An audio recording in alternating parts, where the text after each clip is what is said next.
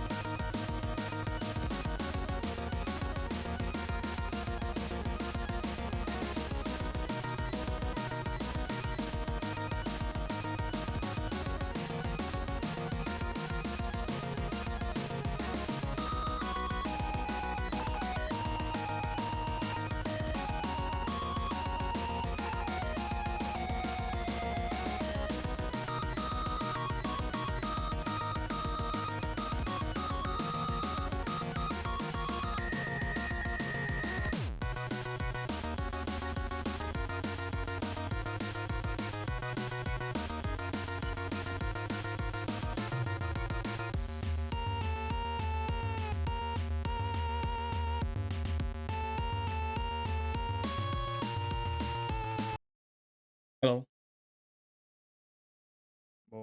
We're back. Hold on.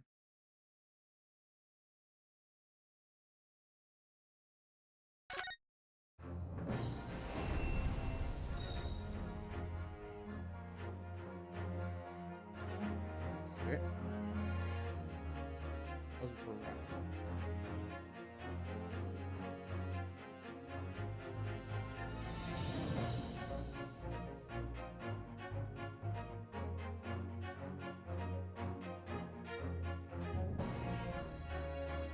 Yes, we are back with more The Great Ace Attorney Chronicles. Last time we left off,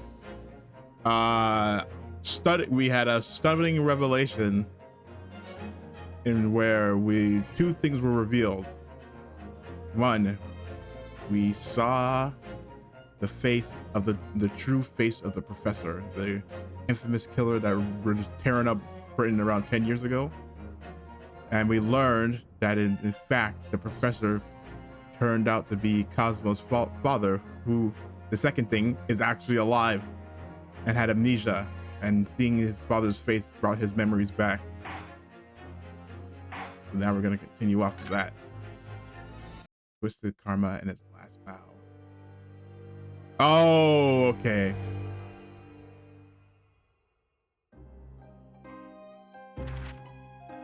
Pipe in hand, Sholmes looked down at the thick, rolling fog outside our window. I wonder exactly how many mysteries are out there, hidden within this bed of fog, he said. Indeed, a most bizarre incident, born of a curious advertisement. A hellhound's mad gallop through the shadows of a serial murder. An executed man's graveyard resurrection in the dead of night.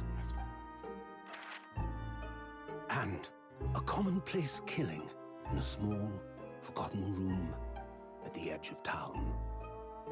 There is, naturally, always another side to every case, of which most remain ignorant. And it is that other side which compels me to the scene of the crime, Wilson. So quickly now, take your hat and let's be on our way, my dear fellow. For our adventure is not over yet. Come, the game is afoot. The game is afoot.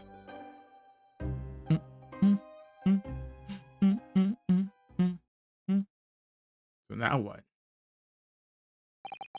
8 days after that earth-shattering trial and Cosmo regaining his memories.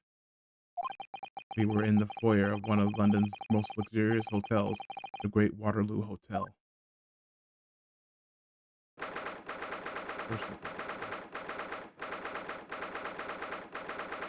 Great Waterloo Hotel. First Mikotoba is due to arrive at any moment. Yes, I'm so glad we got here in time. Susato-san hasn't been the same since what happened. Not that I'm surprised. The truth about Kazuma-sama's father. Do you suppose my father knew that he was actually the mass murderer, the professor? You mean? He must have known. There's no way he didn't. I knew that's what she was thinking about. There's a good chance, I'd say. I mean, they did come here to London together 16 years ago, didn't they? Yeah, they went together, so obviously he knew why he didn't come. He obviously came back alone. Yes, that's true. Come to think of it, didn't you say that Professor Mikotoba knew about Kazuma going missing in Hong Kong as well? That's right, but for some reason, he wasn't at liberty to talk to me about it. That probably means he knows then about Kazuma showing up here in London with amnesia and that he's regained his memory now. But why? But how? There she is. Oh, it's the judge. Oh, those them two. Oh, they look different. Oh, father. They look very different. Hello, Susato. How are you? I'm very well, thank you. We're delighted you arrived safe and sound.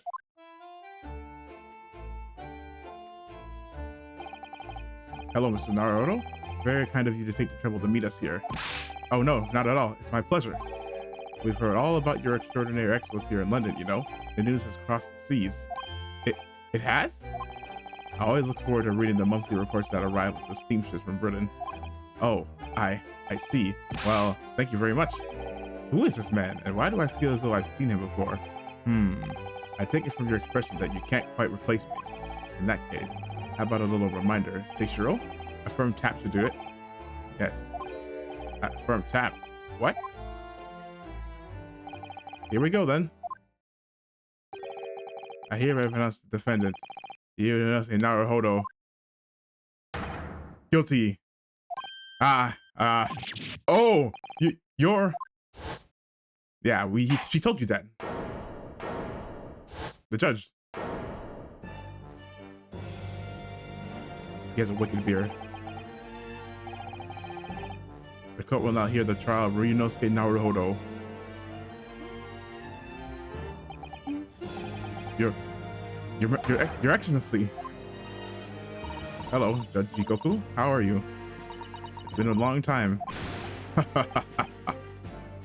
Good, you remember now. That really did the trick. Guilty. Only I was declared not guilty, wasn't I? And there was no laughing at the time. So, London again after all this time.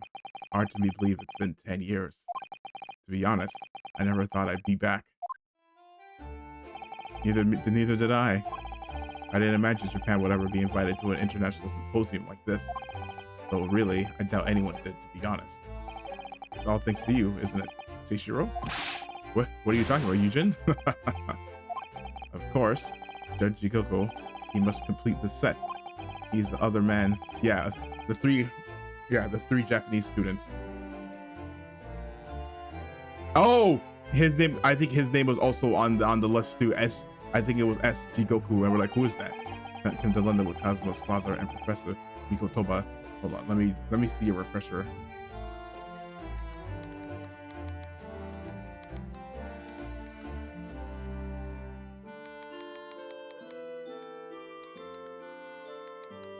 Hold on.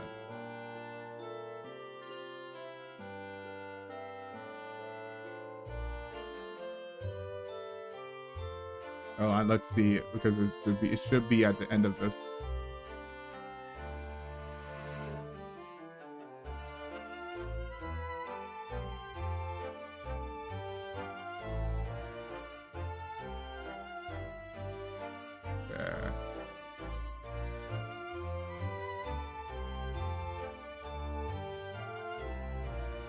Yeah, okay, yeah, see? Yeah, here you go, the list of 4 names. Oh, never mind, no, I'm completely wrong.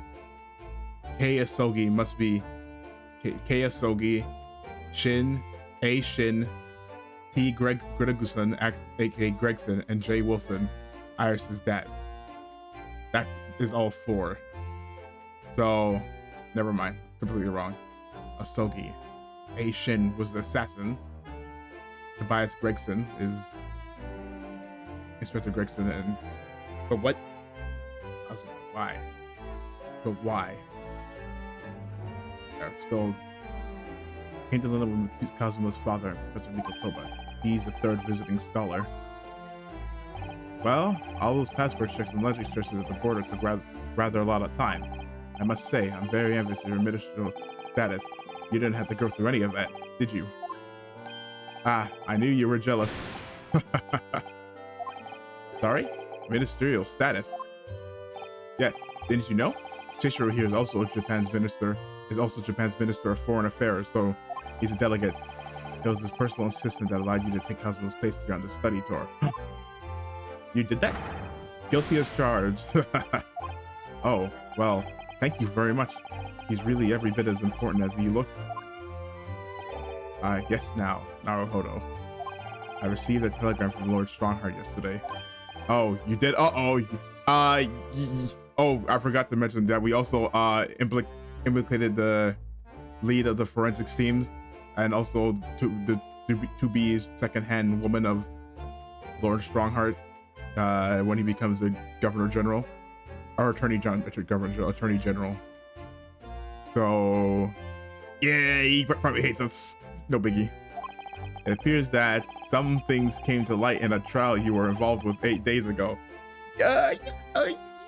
You could say that about what happened 10 years ago. That tragic. Yeah, yes. Could you tell us any more about it? Yeah. First of all, well, how was your journey? So, how was the voyage here? Well, 50 days at sea is a long time by anyone's standards.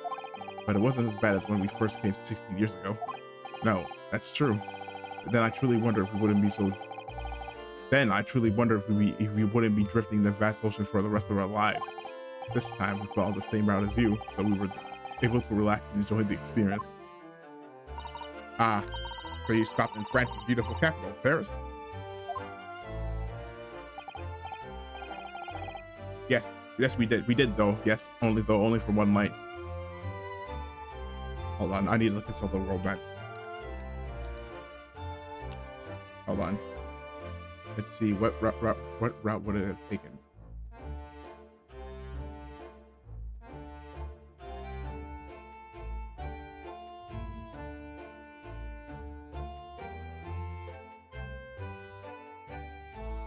Yeah, they would have to go.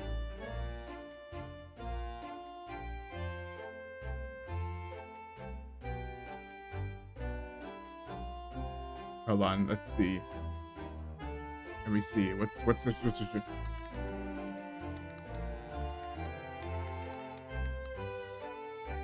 Route. Let's see.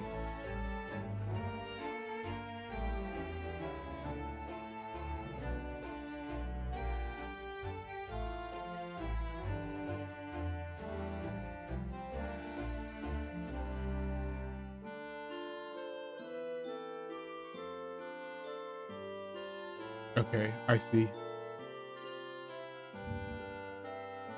Oh, is there there's a path? Okay. I mean, that's true. There could be a day where they cut through Egypt. That's true, and go through. Yeah, that would make sense. Yeah, that would make sense. Never mind. They don't have to be on boat the whole time. We did. And yesterday evening, we left the port of Dunkirk for Dover, just in time for the symposium. In fact, it starts tomorrow. It's wonderful that you were invited to attend such an important international event. I'm very proud of you, Father. Thanks to Space Hero, 16 years ago, he managed to integrate himself with Prince Attorney General. I'm sure that's why he was invited, and I suppose you could say I'm something of an appendage by default. Speak for yourself, Eugen. You were close friends with the professor for forensic science at a major hospital. Yes, well, I'd rather not dredge all that up, really. No, there's been a lot of water under the bridge since. then, but it doesn't bring him back. Cosmo's father, I suppose. The professor, the killer who took the lives of 5 members of the British aristocracy, was actually Cosmo's father, wasn't he? That's correct. Genshin. So no, okay, so that I know it was a Cosmo's name, not Genshin Asogi. Genshin Impact. Oh my gosh, Genshin. You knew, I presume, father. Of course, yeah, of course he knew. There's no way they didn't know. Yes, he was a close friend at the time. Genshin came to Britain as a police detective. He was studying investigative techniques at Scotland Yard. So yeah, let me guess. It's gonna be, we don't know why he would do something like that. It was completely out of character. Like, yeah, I've never understood what drove the man to commit this. Yeah, it's completely out of character, huh? Almost like it's a different person. It was a closed trial, so the public never knew the truth, and he was executed with little ado. To this day, very few people know what really happened, and even in our homeland. But what about Cosmo? Did he know? Did he know the truth about his father? No, of course not. He was told his father passed from sickness. However, I suspect he may have had his doubts. Oh, why? As you know, I tried to guide Cosmo growing up as if he were my own son. Then one day, he came to my office at the university and said, I decided I want to travel to Great Britain and study there. Oh, no, but the real goal was to find out what happened. Do you think that was to find out what happened? He wanted to come here to investigate his father's death? I don't know. But when I looked into his eyes, I did know that there was no way I'd be able to stop him. Something else came to light in that trial the other day, actually. Oh? What? Well, having disappeared in Hong Kong and been missing for almost a year. Cosmo has since turned up here in London, working as the apprentice of Lord Van Zeeks. What? What? That's news to us. Wait, they didn't know? So, Lord Strongheart's telegram neglected to mention that part. Then. He's alive. Yeah, you didn't know? He's not dead. Cosmo's not dead. As you know, we both thought Cosmo had died on the steamship during our voyage to Great Britain in January. But he didn't die. He's alive. As you knew, didn't you, father? No. In actual fact, no. What I did know is that when your ship docked in Hong Kong, he mysteriously vanished. We sent a team of investigators to Hong Kong to try and ascertain what had happened, but to no avail. But he's still alive? And here in London, you say? I never dared to even to dream it. Why on earth did the young man not make contact? The government and the police have been chasing clues fruitlessly for months now. Well, it seems as he was suffering from amnesia. What? Amnesia? When we first came across him again here in London, he didn't know who either of us were. I see. He only regained his memory 8 days ago. This is unbelievable. Yes, it's quite miraculous. I wonder why Lord Strongheart didn't let us know. I must speak with him urgently. Because Lord Strongheart knew who he was, so that's... I wonder how Cosmo's been of these past few days. Would it be wrong of us to go and visit him? Yeah, this thing's a little awkward. That began 16 years ago now. It's a distant memory, really. It was Eugen here, Genshin Asogi, and myself. We were the original 3. The first judicial scholars from Japan to have traveled overseas to study. Ocean voyages were not what they were today. They are today, I can tell you. 16 years ago, things were tough for their generation. Your father was an exceptionally fine medical student at the Yume University at the time. You know, young lady? Yes, grandmother told me. He went to do research at a great London hospital to study autopsy, practically unheard of in Japan. Yes, it was an eerie place, sandwiched between the back of a prison and a burial. Wait, he worked at that? St. Bartholomew?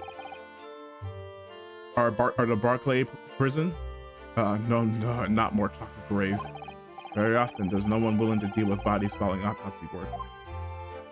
Yeah, they see autopsy labs have something of an unavoidable relationship with graveyards and prisons. Not my cup of tea at all. Yeah, handling of bodies is usually seen as forbidden, or I don't know, like it's not justification. Do you remember that Scottish prison governor? Caden was his name. His name was. He was a good man. Yes, but then of course, in our 6th year here, everything's changed with that dreadful case. When Genshin was arrested for a series of the most gruesome murders. I simply couldn't believe it. I'd known the man for years. I was a witness at the secret hearing, and I tried to speak in his defense, but you went a little too far and ended up facing charges yourself, didn't you? Well, suffice to say that after that trial, we were sent back to Japan.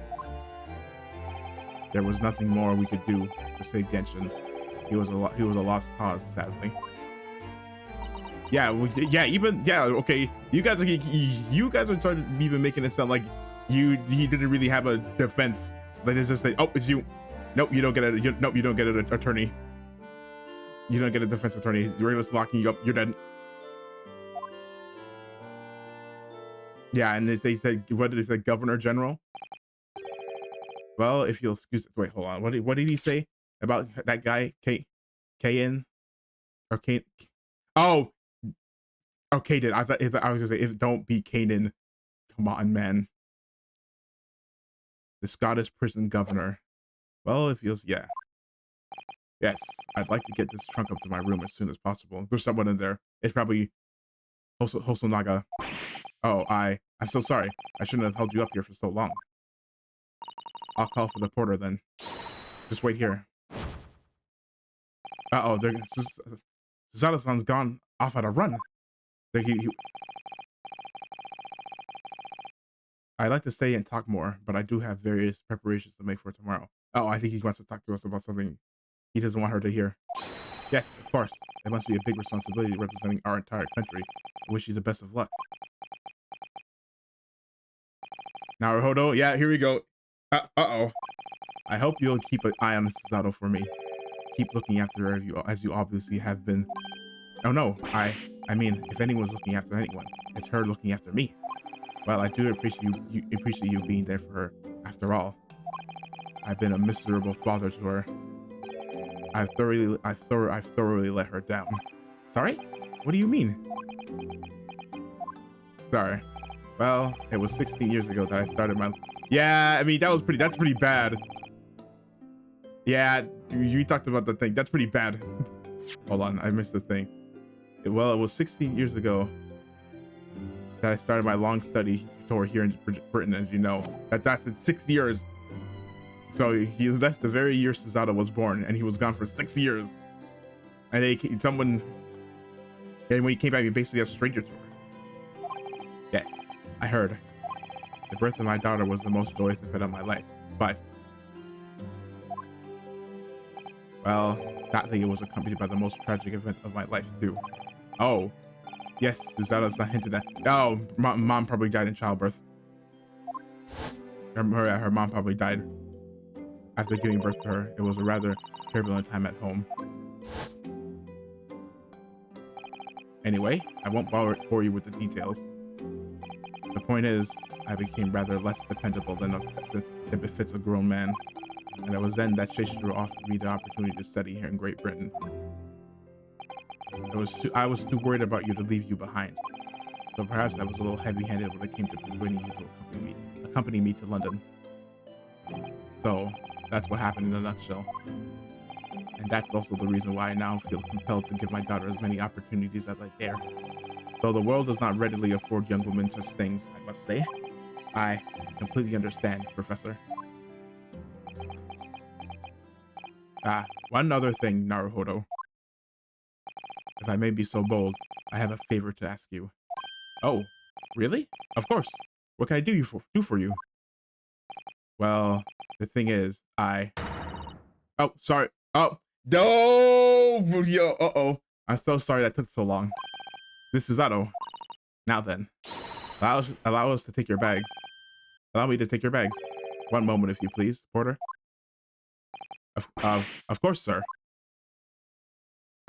That machine around your neck is a camera, I believe. Oh, quite right, sir. Just 5 shillings for a lovely photograph to commemorate a wonderful stay at the hotel, sir. Well, I think that given the occasion, we could justify the expense. Ah, yes, of course.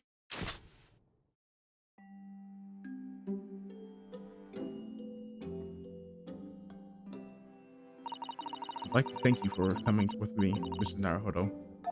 It's really made Father very happy, I think. Oh, well, I'm pleased then. But we were interrupted before. Professor Mikotomo was about to ask me something.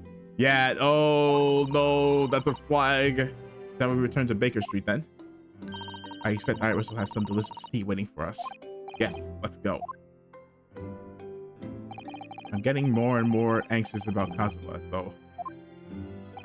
Perhaps I'll try to meet up with Lord Strongheart later and ask after him. Okay, let's go home.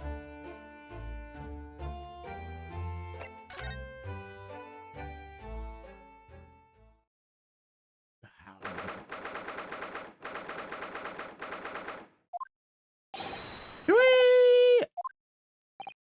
What was that? What the blazes was that? Ah, a man screaming in a most unflattering way. Do you think could that have been Mr. Sholmes? Oh my, I do hope not. Oh. Gee, I don't do it anymore. Mon ami. Stop this disgraceful display, huh? Who are these people? Look at their hair, it's bright red. I think they must be clients of Mr. Sholmes. Oh, Ginny, right, you two, you're coming with me now, down to the clink. No, not in prison. It's dark and damp and I don't like it. Oh, see, darkness is my friend. I'm not scared. Wee, but you are always scared of the dark. Shut your mouth, you idiot. I will sit quietly in the dark and plant our neck daring ice. Oh, wait, they try to rob us? Oh, wait, why is this mask here? Hold on. I don't like this. I don't like it. Well, tough. We'll finish this down at the yard. Now get moving. Bye then, Ginny. Have fun. Oh yeah, thanks, Iris. And thanks, you great detective.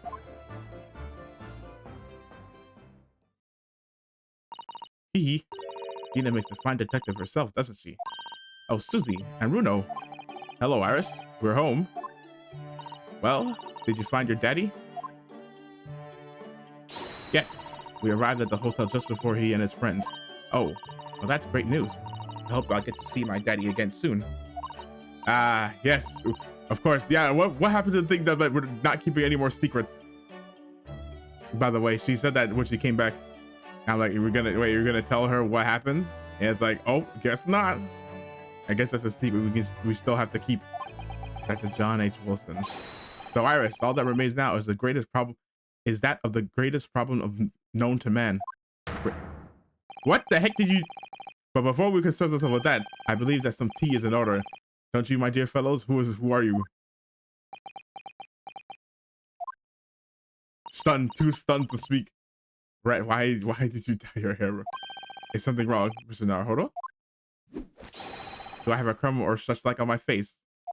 No, not so much on your face as on your head, I'd say. Oh, come along then, everyone. I brewed a lovely special blend. Time for tea.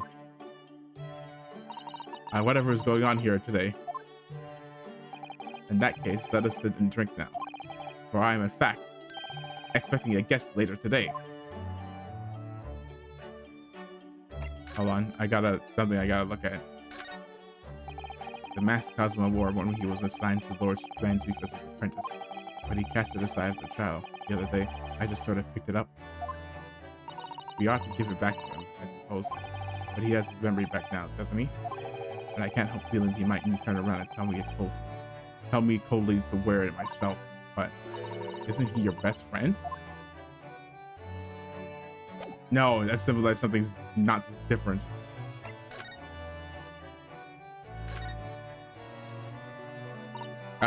Mr. Sobes, who were the two gentlemen that were here before?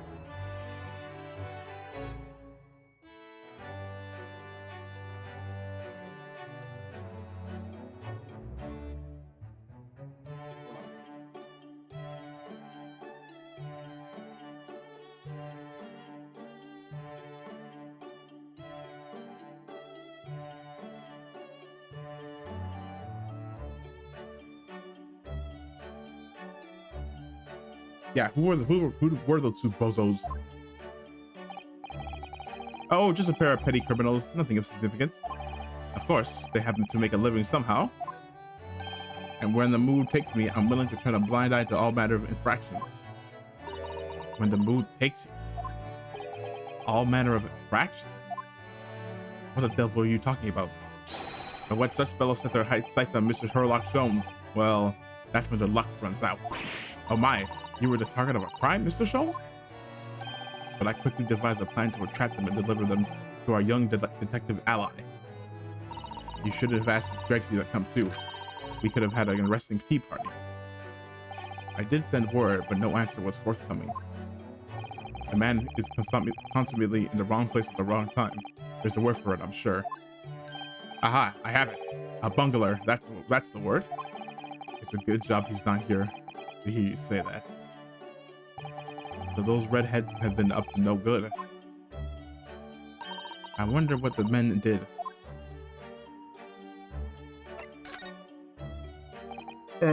What was that about the greatest of problems known to man that you mentioned before? Is it another fiendishly intricate case, Mr. Sholmes? How should I best explain it? Are you aware of the theory of evolution by natural selection, perchance? Well, I think I've heard talk of it somewhere, possibly. It's a revolutionary scientific theory that was newly proposed 40 years ago now. Newly 40 years ago. According to this author, Mr. Darwin, we humans were once apes who lived in the treetops. Wait, what? We were apes? Indeed, and from the very moment these apes descended from the canopy to live as humans, it has been our lot to be at the mercy of the greatest problem known to man. Our lot? What is this great problem, Mr. Sholmes? Why, is it not obvious, my dear madam? The problem of rent. Well, I think, yeah, in the hierarchy of needs. Who's it? I always forget his name. It's Maslow's hierarchy of needs. Yeah. What's the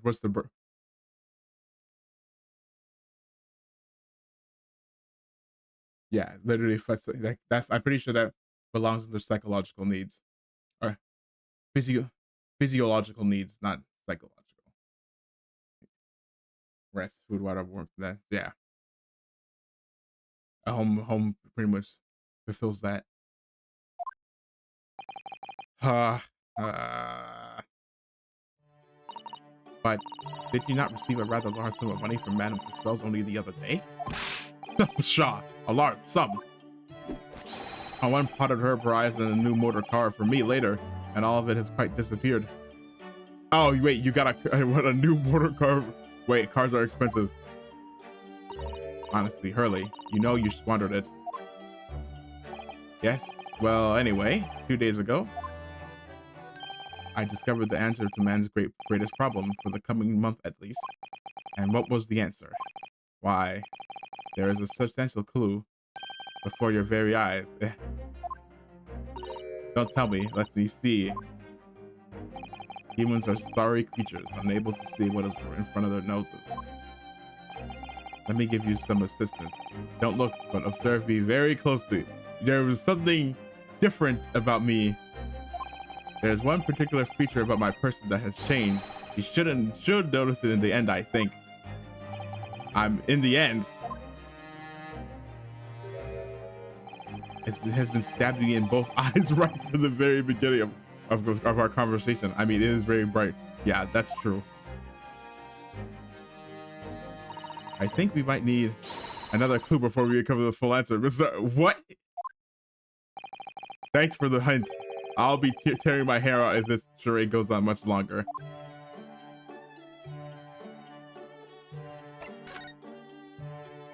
Mr. Sholmes, isn't it about time you told us the truth? Just over a week ago, you said to us, I will now tell you something of the first importance, my dear fellow. Great detectives are wont to lie. It will serve you well to remember that.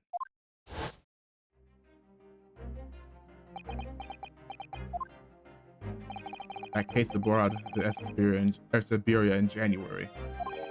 Talisman wasn't killed, and you knew he wasn't dead at the time. So what was really going on?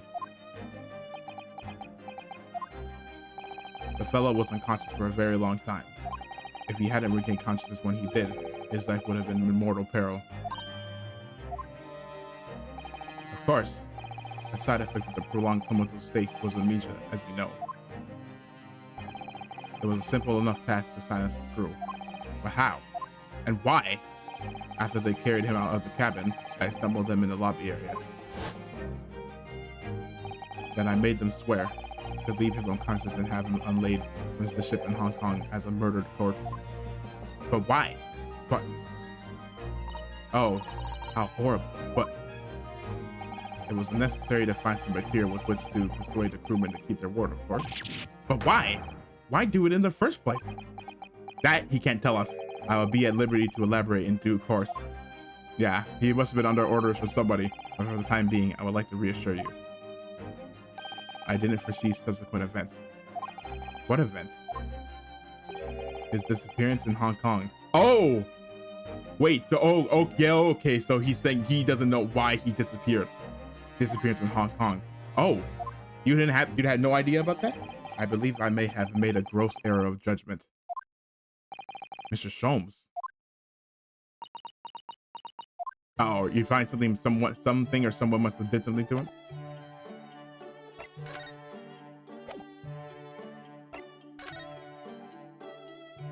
There must be something on here.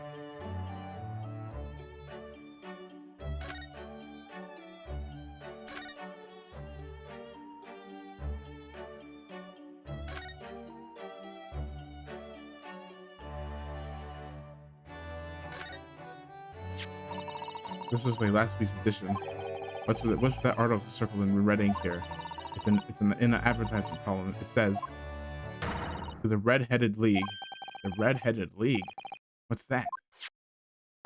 I don't know. I've never heard of it before, but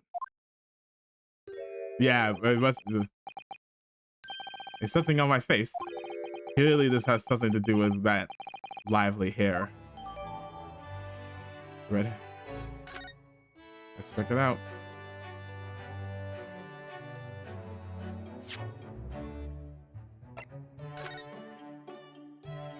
Get 4 pounds a week.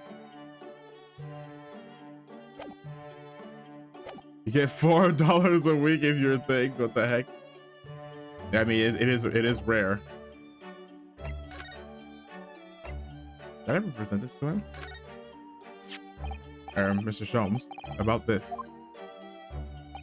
Tell me, Mr. Naruhodo, is this the first time you've shown me this particular trinket?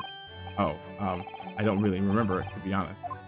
It's not, if I'm saying that it's a collar from the breed of miniature canine with a particularly long neck, were to persist with it, here we go again from your lips, we could be sure it was not the first time. Deduction, you see, my dear fellow? Deduction.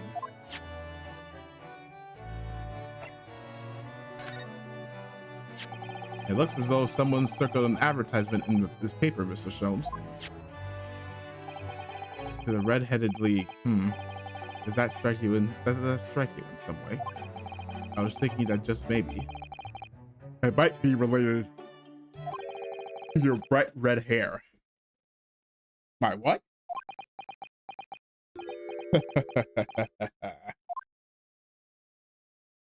So, at last you've learned to apply my methods, Mr. Naruhodo. Sorry? In the first instance, and quite indispensable observation. Believe me, I could have seen that hair with my eyes shut. Till then, allow me to regale you with the details of my latest exploits. Regale or boast.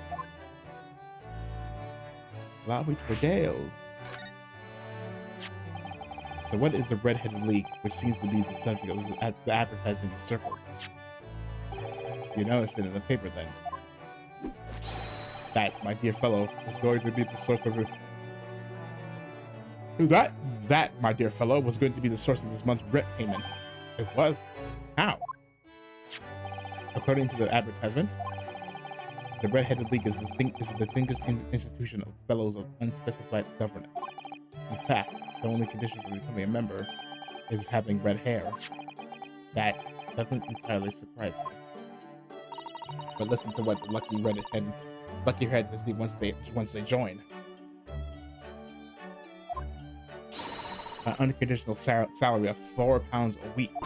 Oh my, £4 a week. But why? Why are they paying people? What are they paying people for? That I don't know. No details are given with advertisement. I'm fighting the need to say advertisement. But surely every redheaded person in the country would be flocking to join in that case. You're right, Susie. There's no time to lose. I put in my application at once. Technically, she couldn't. I think Pink would fall under red. So will I. Just on the okay, Susanoo, that's not happening.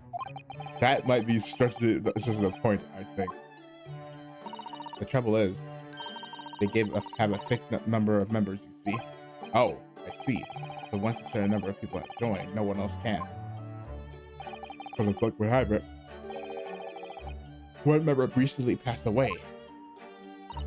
It wasn't particularly lucky for the redhead in question, I feel, Mr. Sholmes. So you decided to try and join in this place. Right. I mean, look at me. Have you ever seen such a red-headed fellow? It's almost too red. No. So why did I have to go so wrong? What on earth happened? A blunder, Mr. Naruhodo. Well, it pains me to admit it.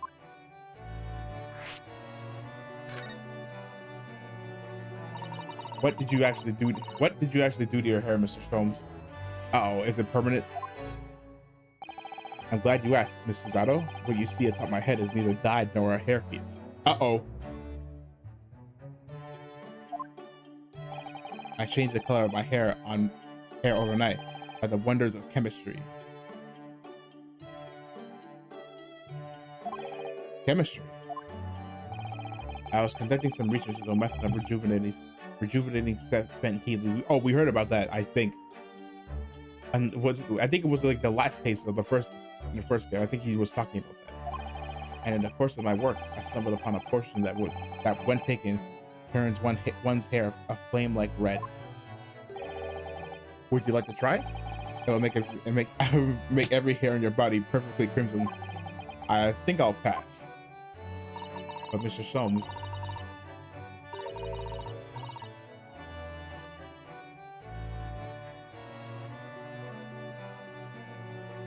Yeah, but Mr. Sholmes, is it quite safe to drink? Surely it's bad for you, isn't it? An amateur. Amateurs are always hampered by such fears. Oh, I should have never doubted you, Mr. Sholmes. You mean to say? But of course. To err from possibly, one must be prepared to turn a blind eye to a little danger. That degree of red signals more than just a little danger. Surely. So anyway, Brady left full of confidence yesterday with his new red hair. For the park on Lime Street, where the red-headed league were interviewing prospective new members. So what went wrong? The whole park was chock full with red-headed folk, like a coaster's orange barrel. A coaster's orange barrel. I queued for 8 hours solid before at last I reached the front. But when a panel interviewer saw me, they immediately said, "Ah, Mr. Sherlock Holmes, are you in disguise to conduct an investigation?" Ah, they knew immediately. So naturally, I had no choice but to reply, "Shh, don't give me away." After which, I could do little else but turn and leave. Then this morning, when I looked at the mirror, the irritation stirred within me. The red is permanent, so I turned that pair into the police. Oh dear, what a disaster for Hurley and those two redheads.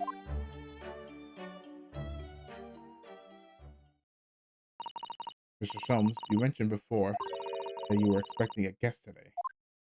Indeed, Mrs. Otto, that is correct. Not another one of those red-headed gentlemen that were here before. Not at all. They were pretty villain. They were petty villains. I guess I am expected to this client. Oh, a young gentlewoman who wishes to appoint the service of the great detective, no less. Oh, how wonderful, Mr. Sholmes.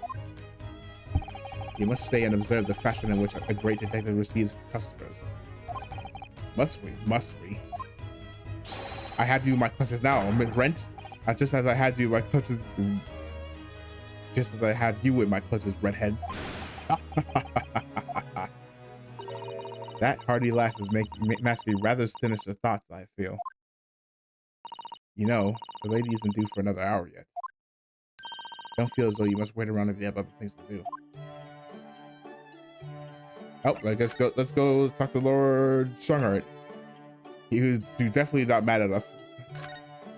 Hey. Hey, what's up? Oh. Talking to Van Zeeks.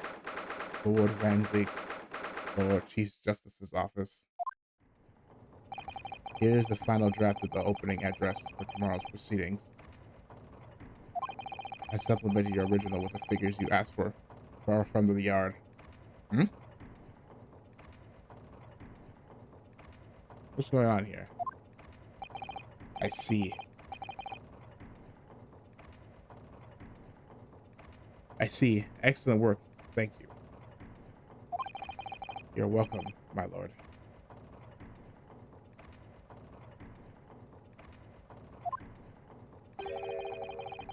What is Lord Van Zeeks doing here?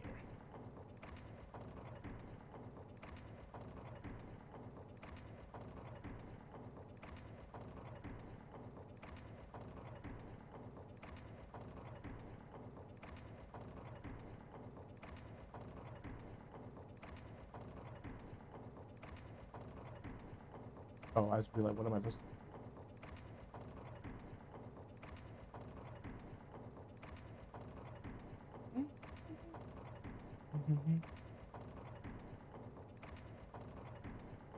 What is he doing here? My, there seems to be an awful lot of tension in the air. What did you say? This place is stifling enough as is. We really don't need any more tension.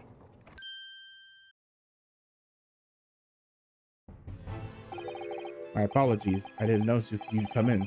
Your small stature and dark dress make you all but invisible to me. Oh, thanks. Oh, geez, thanks. Oh, no. It's entirely my fault for wearing black, I'm sure. From now on, you must dress in white from head to toe whenever you come here.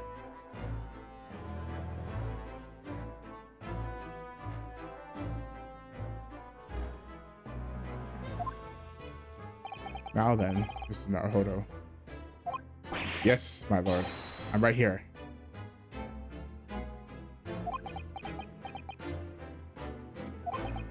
Uh-oh. Kill me now. Kill me now. Is something wrong? Perhaps it's a little too hot in here for you. Oh, no, not at all. I mean, I never experienced a room at such perfect temperature. At such a perfect temperature. If you're sure, the beads of sweat paving their way down your face.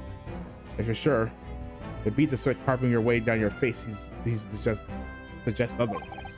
Because of the daggers you're staring at me with, mainly. As you're no doubt aware, my International Forensic Symposium begins tomorrow. Science Symposium begins tomorrow. In fact, your father arrived in London early today, I hear, madam. Yeah?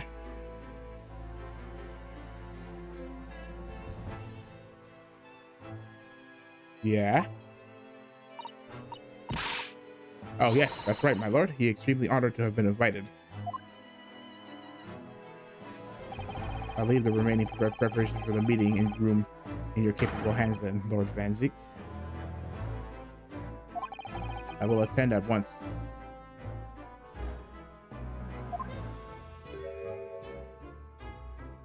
He didn't even say anything to us. He's busy.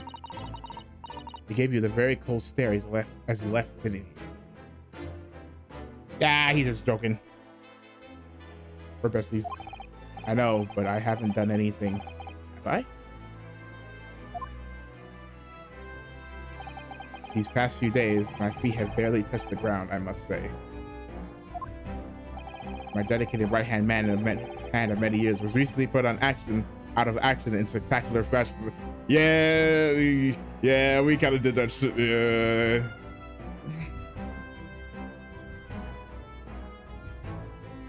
So I need a new. Yeah.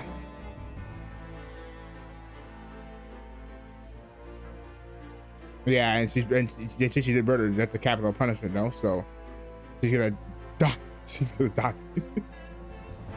Oh, I'm sorry to hear that. Is your left hand still of service? No, you stupid, Mr. Naruto. He's talking about that. He's talking about Dr. Sight. Ah, of course. I'm terribly sorry about that. I was just fear not. You've done nothing wrong. Dr. Sight's own wrongdoing precipitated this situation. You needn't concern yourself with it any further. That would be a lot easier to do if I weren't for the piercing stare you're giving me. Lord Vance's is doing an admirable job of holding the fort. Though disturbingly, his apprentice has been missing since yesterday. What? Well, missing? Wait. What? What's become of Kazuma-sama now? So yeah, what he's missing? What do you mean he's missing?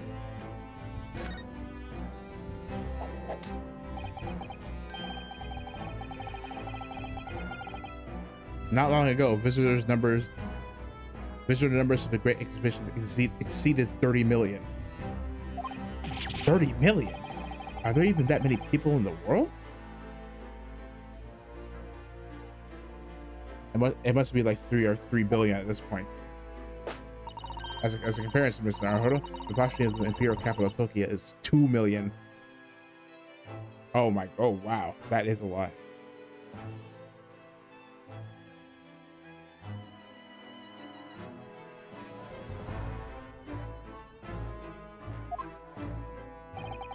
I'll be opening the International Forensic Science Symposium in the exhibition's main auditorium. This event has been 2 years in the making. 2 years of preparations and negotiations with other countries. Yeah, because who told us this, but that it basically was all him. He's the sole conspirator or driving force of the event.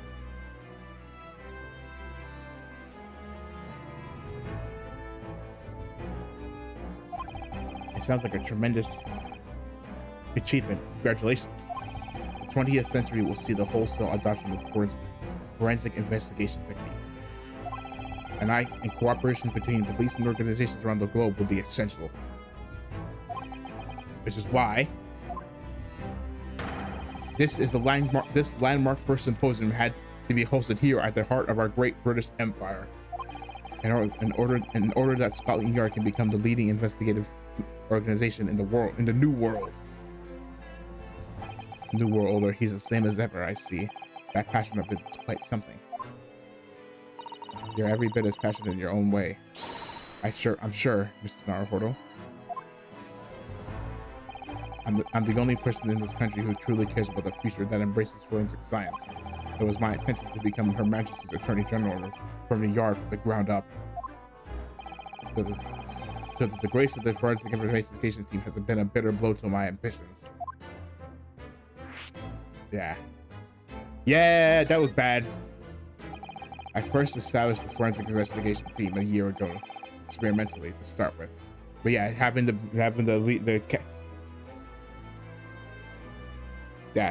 captain he picked end up being a giga criminal doing giga crime is like, okay, calls into question.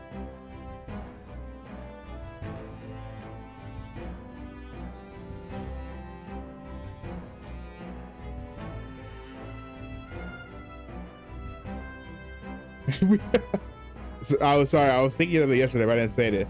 But didn't Dr. Sight, didn't we see her daughter, or what was we could assume was her daughter? Oh boy. Hopefully that won't come back to bite us. With Dr. Scythe at the helm, let's just see the Dr. Scythe at the helm. It was steadily accruing an impressive record of his achievement. It was on the verge of changing his name and elevating his status to a full-blown forensic investigation department. And can you not do that now? Can you not do that now? Obviously. Nobody wants to hear anything about it at the moment. Yeah, the captain, the leader was a giga criminal, like I just said. Even I can't keep the story out of the papers. 6 million Londoners will be cursing forensic science now. This incident will set back our country's advancement in the field by a good 10 years, I'd say. And unintended repercussions of our trial. We simply couldn't have overlooked what had happened, though. Don't worry. Of course not. We should all be grateful to you both. Yeah, because... No, yeah. Realistically, this is a good thing, because it's better that it happened now than when the team was fully established. Like, wait a minute, this... Anyway, I'll still reform this country police and will I become Attorney General. This might delay my plans, but it won't alter them. Nothing will stand in my way. Okay, so what happened to him? About Lord Vancy's apprentice.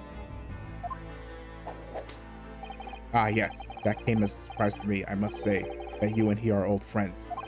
How did he become an apprentice of Lord Vancy's in the first place? It came about 3 months ago. An unidentified Asian man was apprehended by border police. So you're saying they found him hiding aboard a large goods vessels? So you mean to tell me he stowed away from Hong Kong all the way to here? So no wonder nobody saw him. He must have gained consciousness and just wandered off.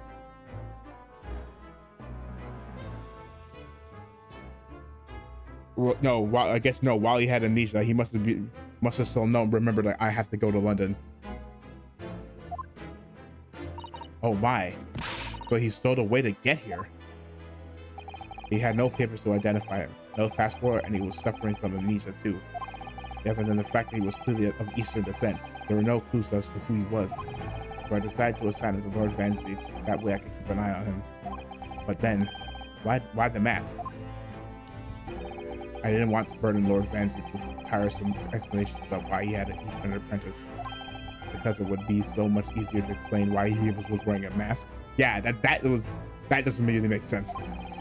He's proven to be a great help to Lord Vancy. I have high hopes for his future. By the way, do you know where he's gone? No idea, but I believe he's left London for the time being. Oh. I take it you also didn't know. That the man's father was one of our country's most infamous criminals, I mean. Genshin and Sogi. No. Yeah, no, we didn't know. We had no idea. What we learned from the trial 8 days ago was a huge shock, finding out my friend's father was... yes, Genshin Asogi. The professor case 10 years ago that caused a great stir here in Britain. There were such awful murders, unprecedented, using a ferocious dog as a murder weapon. And no one would have believed the culprit was a foreign student invited to study here by the government. But the true identity of the killer couldn't be made public then and can't be made public now. Nobody in your country knows it was him, and neither do the citizens of London. The main motivation was to avoid aggravating relations between our two nations at the time, I understand. Correct. However, it has to be noted that there were some supporters of the professor's apparent cause. What? Supporters for mass? No, because of the risk against the aristocracy and nobles. Class warfare. The majority of the man's victims were a blight on the aristocracy of the day. Somewhat ironically, their deaths actually benefited society as a whole. What? Or so a fair few thinkers in London believed anyway. Right, I see. But it was still murder, wasn't it? But what about his older brother? It seems very similar, doesn't it? Wait, what? It seems similar to what? To the idea of the Reaper of the Bailey. Oh! Oh, so you notice. No comment.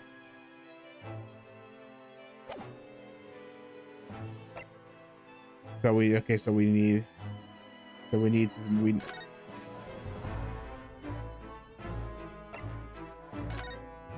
Yeah, I don't think we're done.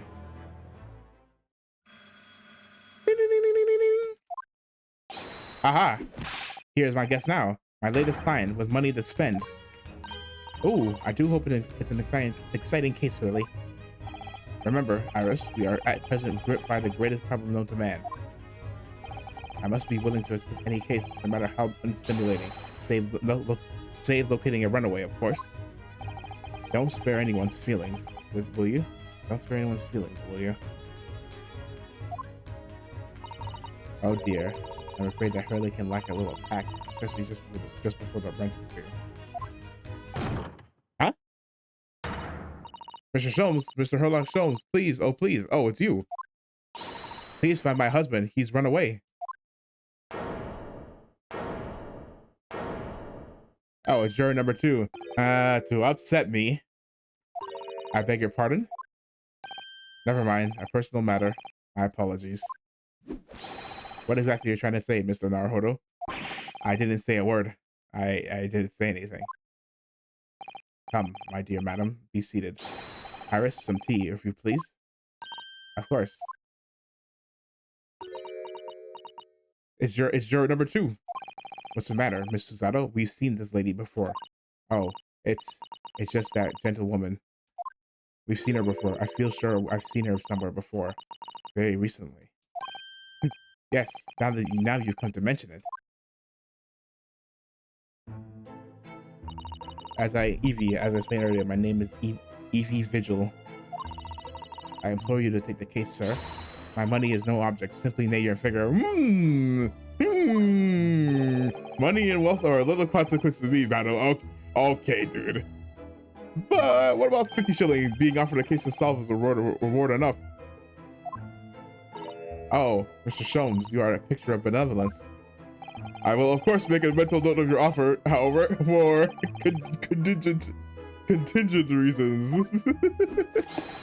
I trust you remember your words also. If I might inquire, sir. This gentleman and lady would be... Oh, me? What I'm about to tell you, I should like to communicate in the strictest of confidence. You understand? Oh! Ah, these are my friends. I assure you, you may say before this pair anything which you may say to me. Ah, I see. I can vouch for the gentleman personally after all. He's hard of hearing. Why did I ever get my hopes up? So what's up? No. Forgive me for asking, Miss Vigil, but have we met somewhere before? Quite recently, perhaps. Oh my! Shaw, my dear fellow, what is your intention? Clearly you have no ability to differentiate the facial features of the English. If you wish to invite the lady to tea, you must do so in a more gentlemanly... You with the riz, you can't do that, but... You have no riz, my fellow. Is it possible that you're the nice young lawyer from the trial I attended last week? Yes! Ha! I knew I recognized her. Juror number 2. You have a man's fate in the palm of one's hand. Oh gosh, oh golly, it sends shivers down my spine. I didn't quite recognize her because she's acting so differently now. I must be very difficult for you as a lawyer. Being hard of hearing, I mean. Pardon? Oh dear, I'm so sorry. Don't worry if you can't hear. It was frippery, really, nothing more. Now look at what you started, Mr. Sholmes. Thank you very much. Now we have to pretend that we're them. Dude, I believe it would be prudent for you to sit quietly in the corner. Yes, yes. Mr. Vigil. Tell us about your husband, madam. Mr. Vigil, my daily, is 48 years of age. How old are you? Are we gonna get a...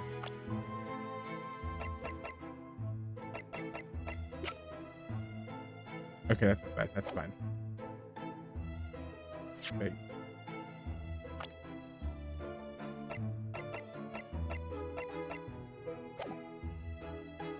My daily is 40 years of age. I have a photograph here. An entirely unremarkable gentleman, by appearance at least. How long have you been married? It will be 15 years this year. Ah, we have a cordial relationship, and my husband's income is more than adequate, so we live quite comfortably. As it would appear, I need only look at you to know these things. Oh gosh.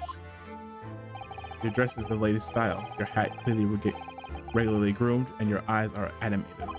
In short, you have no inkling as to why your husband might have disappeared, correct? That's right. He's a kind man with a strong sense of loyalty, and he rather dotes on me. A doting husband, which would point to the possibility that it was not his choice to disappear, that he has become embroiled in some incident or other. Oh, that is exactly what I fear must have happened, Mr. Sholmes. I'm quite beside myself. My husband's employment is somewhat unusual, you see. What if he's incurred some miscreant's ill will? What exactly is your husband's line of work? He's a warder at the prison. Oh, a ward?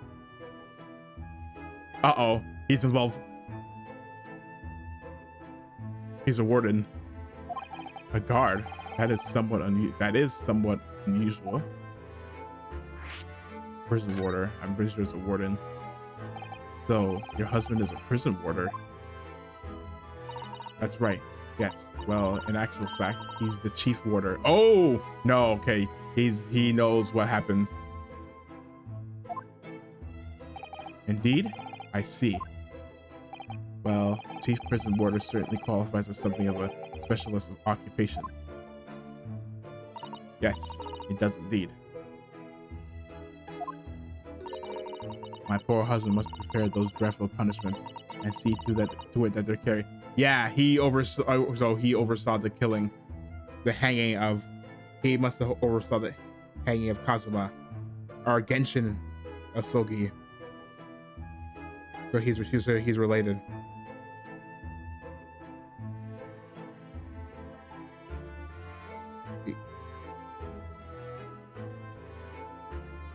Yeah, you know what is going on? It's people related to that case are being taken care of. Dreadful punishments. Does she mean capital punishments? And at such times, he must occasionally spend a night or two in the prison dormitory. For the extra responsibility, he is remunerated more handsomely than the other warders. Of course, we make no mention of my husband's work through the neighbors. Yes, I believe your prudence is justified. Yeah, people tell me, at what prison has your husband engaged? It's St. Barclay. It's Barclay. Come on, say it. Barclay, come on, say it. Yep, Barclay Prison, Mr. Soames. Really? Barclay? Oh, a fine establishment. If I'm not mistaken, there is a large cemetery just behind it. Yeah, where... Uh-oh. Yes, that's correct. Lowgate Cemetery. What is going... Lowgate? No! Yeah. What is going on here? Lowgate Cemetery? The very place we were discussing in court? That's unbelievable. What is going on? Unbelievable, my dear fellow. And yet undeniable. Sorry, Mr. Sholmes. I'm afraid you've lost me. Ah, pay no heed, madam. Pay no heed. A private matter. This can't really be a coincidence, can it? No. It's being cleaned up. All loose ends are being tied up, are being cut off. Someone is cleaning up loose ends about that case. This can't really. Oh, which is why those two came back too. Okay. That's why those two were invited, because they're also related to the case.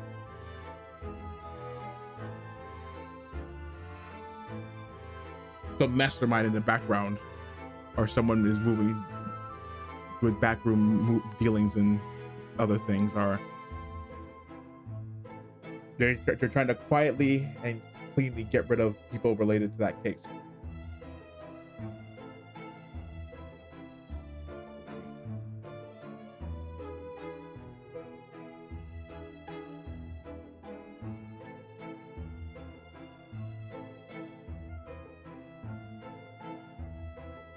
Sorry, one sec.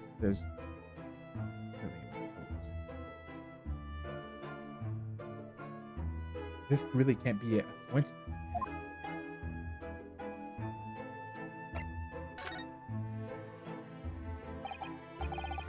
So, the matter of which of your husbands is here.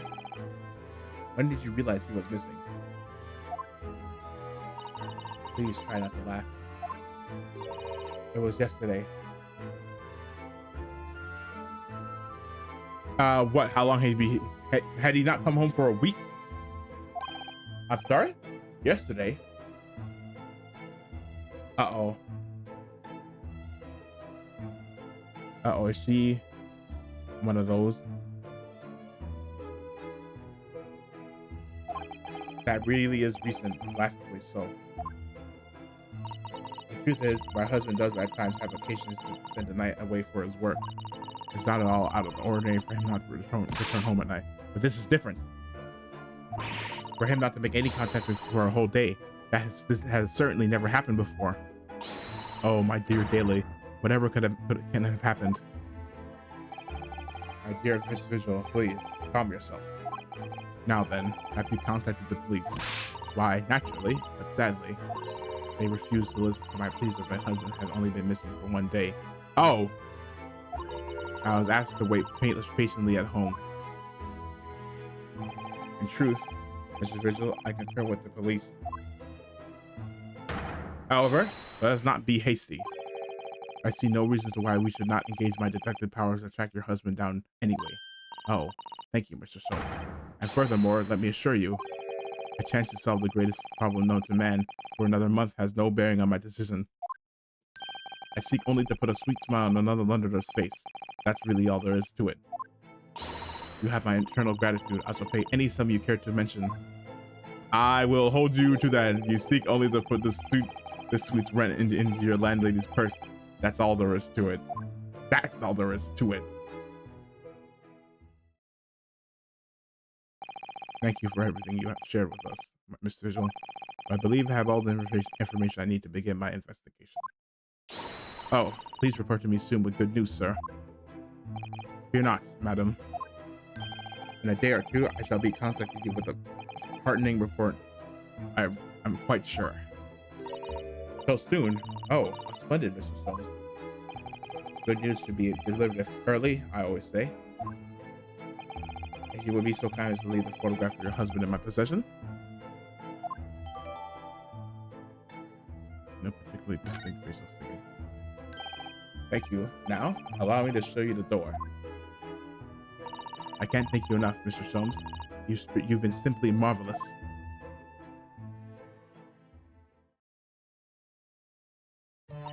You know, I think it's every time Hurley.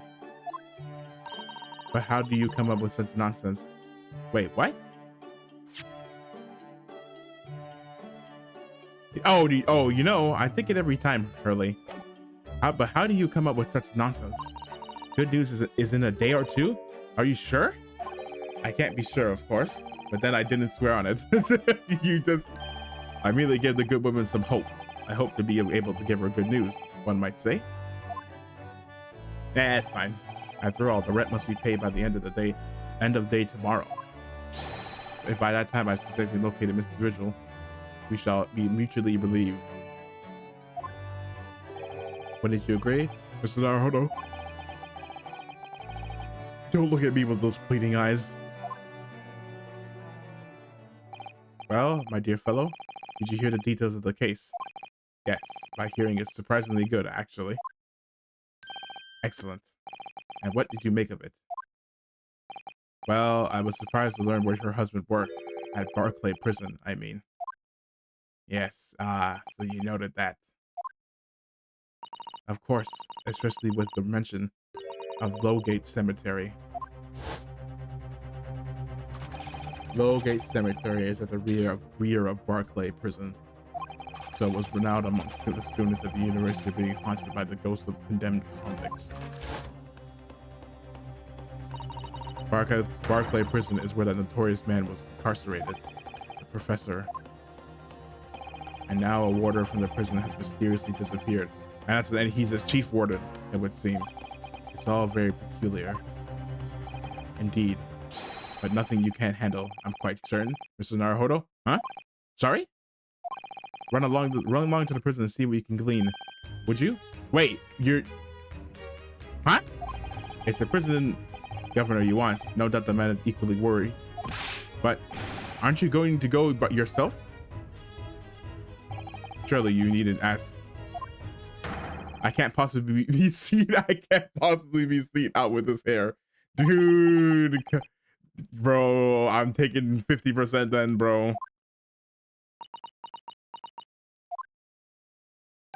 But didn't you go to Lime Street with that hair? That was quite a different matter. Why did you just say you're undercover? You're doing something else. So if I leave it in your capable hands. Now, if you'll excuse me, I'm rather busy. And ta-ta. Adieu. Of course you are. Of course you are. So what is this gonna be? Is this gonna be an investigation case? Then not a. Just like the second case was.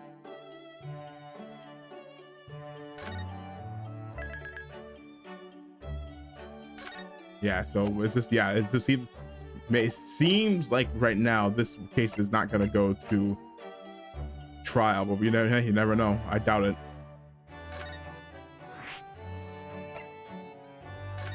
Yeah, I doubt it. We'll probably get someone who's been indicted. Barclay Prison is on the outskirts of London, backing onto a lonely burial ground. Its 4 high outer walls loomed quietly before us in the fog. Having requested a meeting, we were shown to the governor's office in the watchtower. Ooh, guillotine.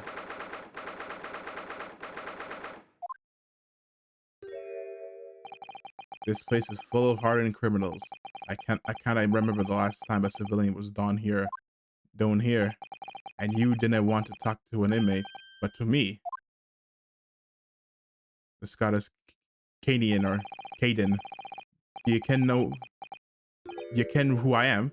I'm the governor, Barry Caden. Oh, yes. Wait, why is he sweating? I'm Ryunosuke Naruhodo, defense lawyer. Oh yes, it's a pleasure. An Easterner, I see. Does that mean? Yes, I'm a visiting student of law from the Empire of Japan. Japan? Why are you jumpy? You're too jumpy at the mention of Japan. Japan? Did you say Japan? Yes. Well, there's no way. There's not any kind in here, lady. Maybe you should try the prison next door. Eh? Why are you being very obvious? I didn't notice another prison next door, sir. Anyway, we came to ask you some questions about... I didn't like to be so direct, but I have no intention of speaking with the likes of you, suspicious-looking Easterners. Now get off my hair. So as soon as he finds out that we're from Japan, he reacts like this. That surely means he's remembering he was involved in the professor. He knows about the professor. I think it's because of the professor case. You think so too? 10 years ago, Genshin Asogi, also known as the professor, was incarcerated at this prison. And then after his execution, he apparently re-emerged from his grave in the cemetery behind the prison. I might have known. You're sniffing around about that case, aren't you? Your agents, eh? Part of the professor's great web, no doubt. No, not at all. We're just get going with you before I punch your lights out. We're going. Really, the ghost of that killer still haunts this place. We're not going to get anywhere here unless we can somehow prove this man that there's nothing suspicious about us. Governor Caden, what are you thinking, Susato? Miss Susato? I feel sure that name came out of conversation recently somewhere. I was wondering. Oh, Jigoku. He was friends. He's friends with Caden. I was wondering if whoever mentioned him might have some ideas to help us. Come to think of it, I have the same feeling. So let's go talk to Jigoku.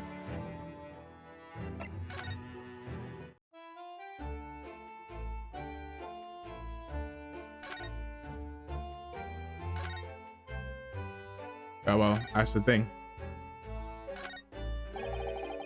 That's Professor Mikotoba over there. Ah, hello, you two? I was just taking a moment to catch up on the world news now that I'm attacked. But where's Judge Jigoku? Yes, he's not relaxing. He's not the relaxing sort. He's taking himself off to pay his respects to all the legal bigwigs. Having only just arrived in the country today. Goodness, he is full of energy. Professor, you mentioned something before about how you know the prison governor at Barclay Prison. Oh, Governor Caden, you mean? So it is the same man. Father, we must speak with the governor. But he refused to talk to us. He said we were suspicious Easterners. Well, I'm sure if I accompanied you, it would be a very different story. Oh, would you? That would be wonderful if you have the time now. Sadly, as you can see, I'm very busy at the moment. Busy drinking coffee on a comfortable settee. Now, I have a rather lot to prepare for tomorrow, you know. Oh, so sorry, wasn't that? I didn't say that out loud. Did I? You Mikotobas are alarmingly good at reading people's thoughts. Or could it be that your Naruhodos are alarmingly bad at hiding your thoughts? Let's not fall out now. I have an idea. But, like, it's generational. Susato and her dad can read my thoughts so easily. But like, dude, no, dude, you just hide. You just read it. It's written all over your face plainly. What's he writing on that piece of paper? Here's a letter of introduction for you. Hopefully, when he sees my name, he'll change his tune. Ah, thank you. Introduction. Good luck, Ben.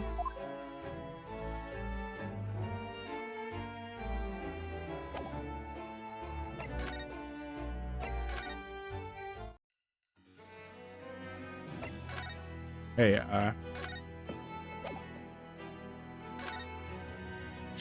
if you just cast your eyes over this, Governor Caden. What's this then? You cannot pull the wool over my eyes, you good for nothing Japanese student.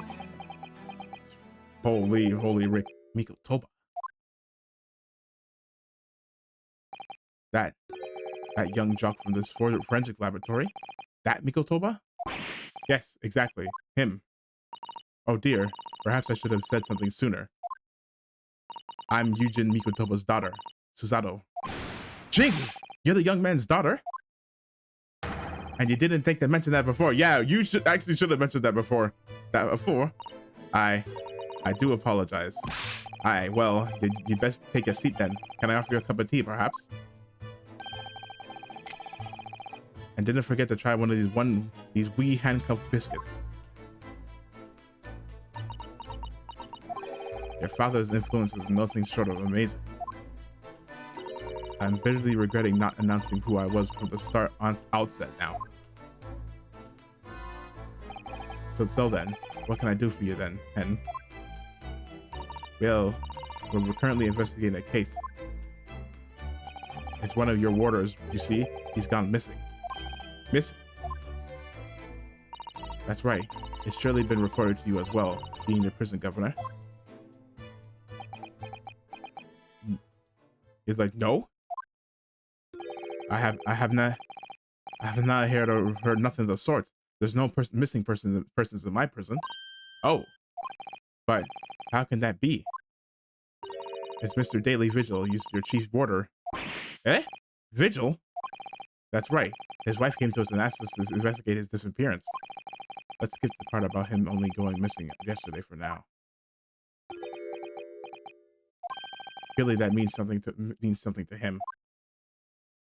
Would you be so kind as to tell us what you know, sir?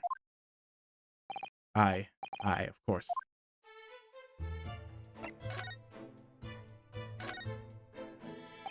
We understand that Mr. Vigil was the chief warder here at the prison. Aye, that he was. Uh-oh, notice that he was. Oh, he must. So know what it is? He must have gotten fired. Strong sense of responsibility and dedicated to the job, no doubt about it. He was a fine warder. Hold on, you said sorry. Did you say was? Aye, he doesn't work here anymore. He left the job. Oh my. When was this exactly? Yesterday. There's a question. When was it about? I kind of much less than a. He probably hasn't working there for like a year. 10 years. 10 years ago. What? Wait, what? What do you mean 10 years ago? His wife still thinks he works there. What? 10 years ago? He stopped working here 10 years ago? Aye, as I mind it, you can. I have not heard the fellow's name at all that time. There's a worry if he's gone missing though. But Miss Vigil made no mention of it. I think perhaps Mr. Naruhodo that his wife simply doesn't know. I think she's unaware that he no longer works here. So so after what happened with the case, he's obviously no longer the chief. Governor Caden, can you tell us what happened? Why did Mr. Vigil give up his job here? That's important, is it? Yes, it was the professor case. Yes, I believe it may be. What are you thinking, Mr. Naruhodo? I can't help wondering, given that it was 10 years ago. Which was exactly when the professor was being held at this prison.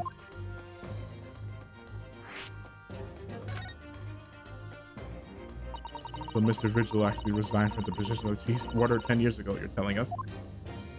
What happened to make him leave the job? In actual fact, he didn't leave the job willingly. He had no choice in the matter. You mean he was dismissed? Conspiracy. I was after a particular walk. Sorry? A walk? Aye, that's our word for it here. A walk to the gallows. Ah, an execution. It was the job of the chief warder to prepare the gallows tree and gallows tree and oversee any executions you see. Only there's something unthinkable on that last walk he was manning. What did he do? I'm sorry, but I can't tell you. I cannot reveal that information. Government secret, but I can tell you it's very rare for a chief warder to be relieved of his post. But why would Mr. Vigil know about it? Because he never told her. She appears to be under the impression that her husband still works here. Can anything about that? I'm afraid. Sorry, my horrible. Can you perhaps answer one more question about the circumstances of his dismissal? And what would that be? And that last execution that Mr. Vigil was responsible for overseeing, was it by any chance the professors? My thoughts exactly. I'm sorry, I really am. But I know I'm not at liberty to answer that. I see. Okay. My father came to Britain all those years ago in order to study forensic medicine. But you seem to have been well acquainted. Aye. The dead room, the prison, and the cemetery have a lot to do with one another. And after all, they need a fresh corpus for forensic research. You can? Yes, I can imagine. The advancement of medical science isn't always particularly palatable. Your father worked in the laboratory just on the far side of the graveyard, and in the basement of the St. Sinners. It's still in use today. St. Sinners, that's come up before, I'm sure. Yeah, it has. Yes, that's right. We've been there. Yeah, that's where Holmes and all of Green were, right? Yukotoba and I have to use the ride in a carriage together and negotiate terms for more fresh material, I suppose. Aye, and we used to sit in there for hours and gab on about dissections and all sorts. Ooh, takes me back. Over a pot of tea and a plate of tough biscuits, of course. How charming.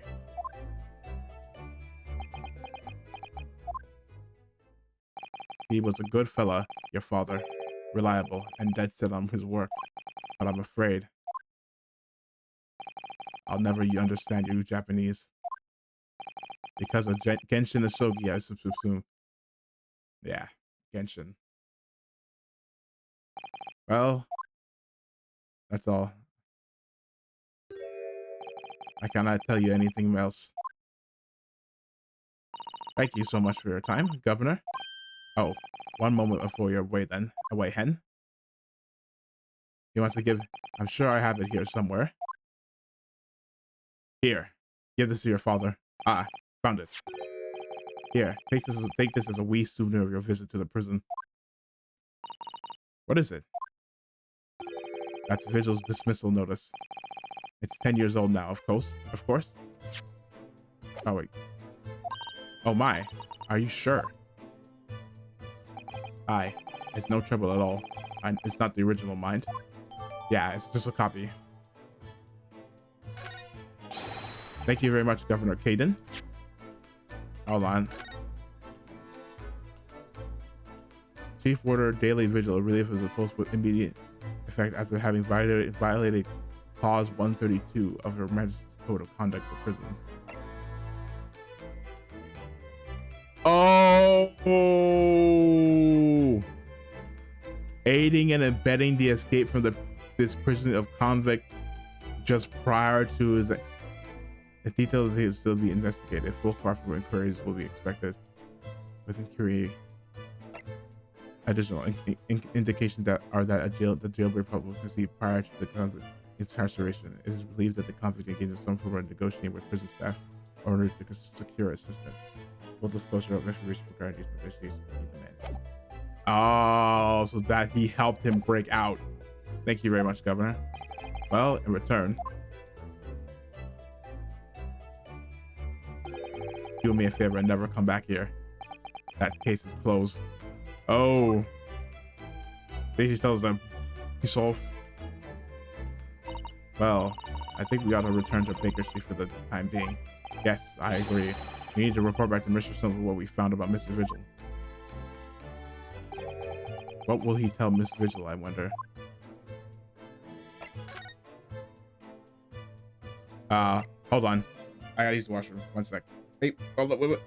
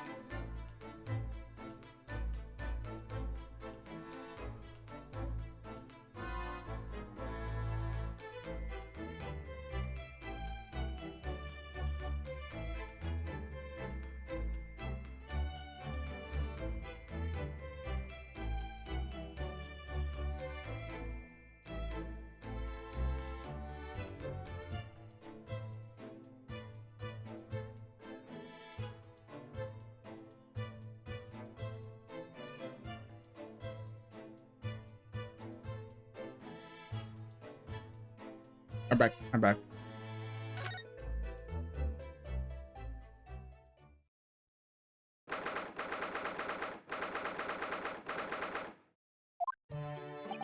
We're back. Hello, you two. Iris. I thought you'd be back before long, so I baked some scones for us all. Ah, so that's what that dismissal smells like. Greeting, my dear fellows. What did you do this time? You returned to a good deal sooner than I was anticipating. Hello, Mr. Sholmes. Hello, Mr. Sholmes. Say nothing. Your thoughts are written on all of your faces in any case.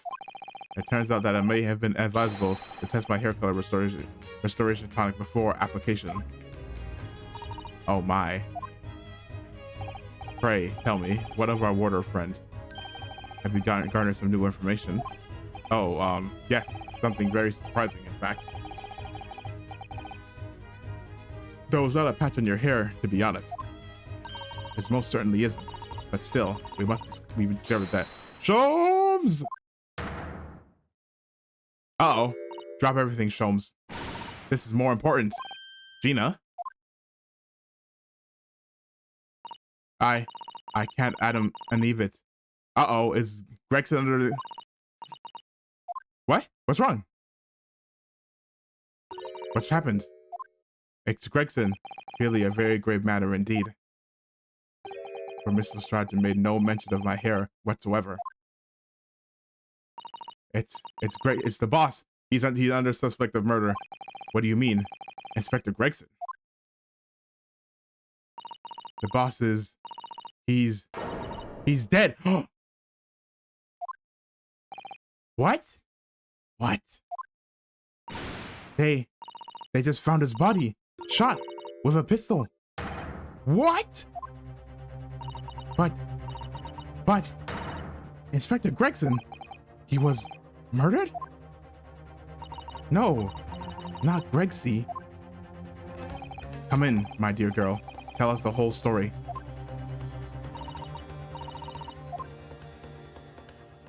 Wait, what do you... No!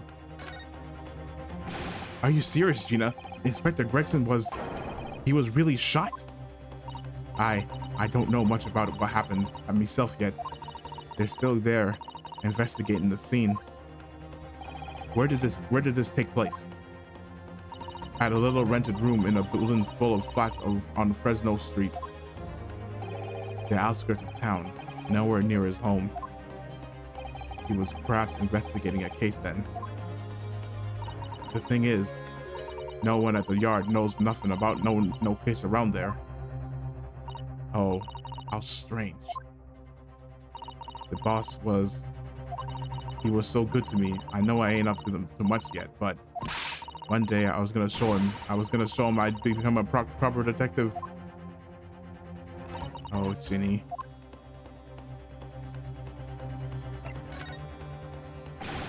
Who did this? Do you have any idea who the culprit is? They got him already. Already? They've caught the shooter so soon? What we're going to get is the lady's husband. A witness reported something that was going on, and the boys got straight down there and took care of him. Who? What an awful person did this? It's Daly. Daly. His name is Daly. I still can't believe it myself. Oh, it's gonna be... No, it's not gonna... It's Van Zieks. Gina? It was Van Zieks. It was Van Zieks. It was the Reaper.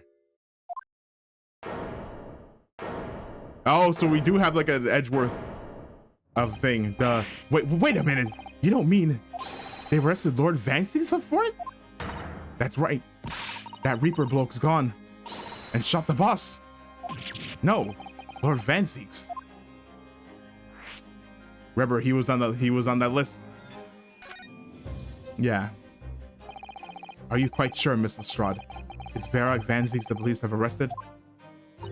I saw him with my own eyes in the interview room at the yard. I don't believe it. Oh, is this gonna be what it is? We're gonna be defending Lord Van Zieks against Kazuma doing the prosecution. But there were witnesses, and they were all saying it was him. So you mean there were actually multiple witnesses? They heard the gunshot, and apparently, and when our lot got to the scene, there was only the boss and that Reaper both in the room. But there was no way Lord Van Zieks would have taken Grex's life. I just don't believe it. I don't believe it either. Reading my mind again.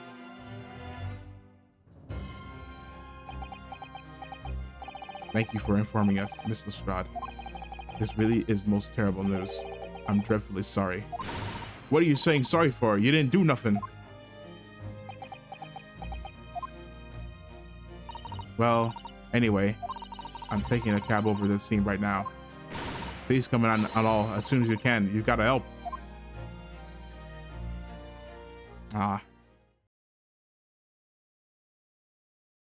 It's a detective's lot to appear wherever some sinister plot is unfolded. Little wonder we all look haggard. Sometimes these things are almost too much for the nerves. Mr. Sholmes. What use is there in being a great detective if I fail to see something like this coming, How could I let this happen to Gregson?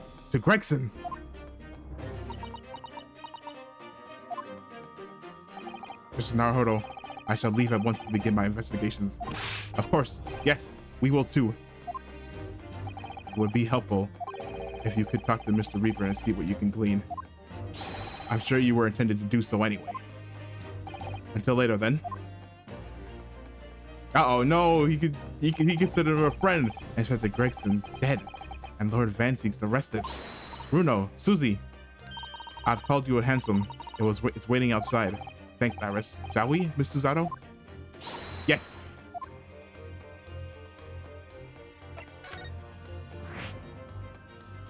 Then. Oh. Well, no, he's going there. We don't need to go there. We're going to the prison.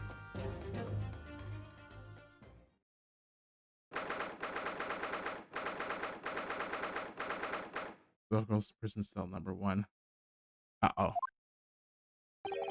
There he is. Lord Van Zieks behind bars. So it's true. He really was arrested. He's still sitting with his back to the wall, reading something. I don't think he's noticed us. Lord Van Zieks.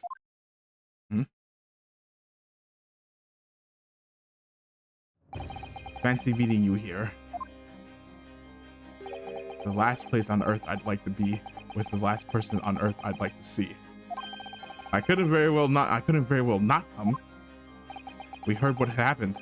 That Inspector Gregson was... Go home. This has nothing to do with you. What? Forgive me, Lord Van Zieks, but I must disagree. Inspector Gregson was very helpful to us on a number of occasions. We're indebted to him. At the very least, we owe it to him to find out the truth about his death. You must help us with our investigations, please. There's really nothing I can tell you. What were you just reading at the back of the cell there? Was it something related to the case? This? The Yard isn't quite so cavalier with this information as to share the case details with the suspect. This is a letter from an old acquaintance. Oh.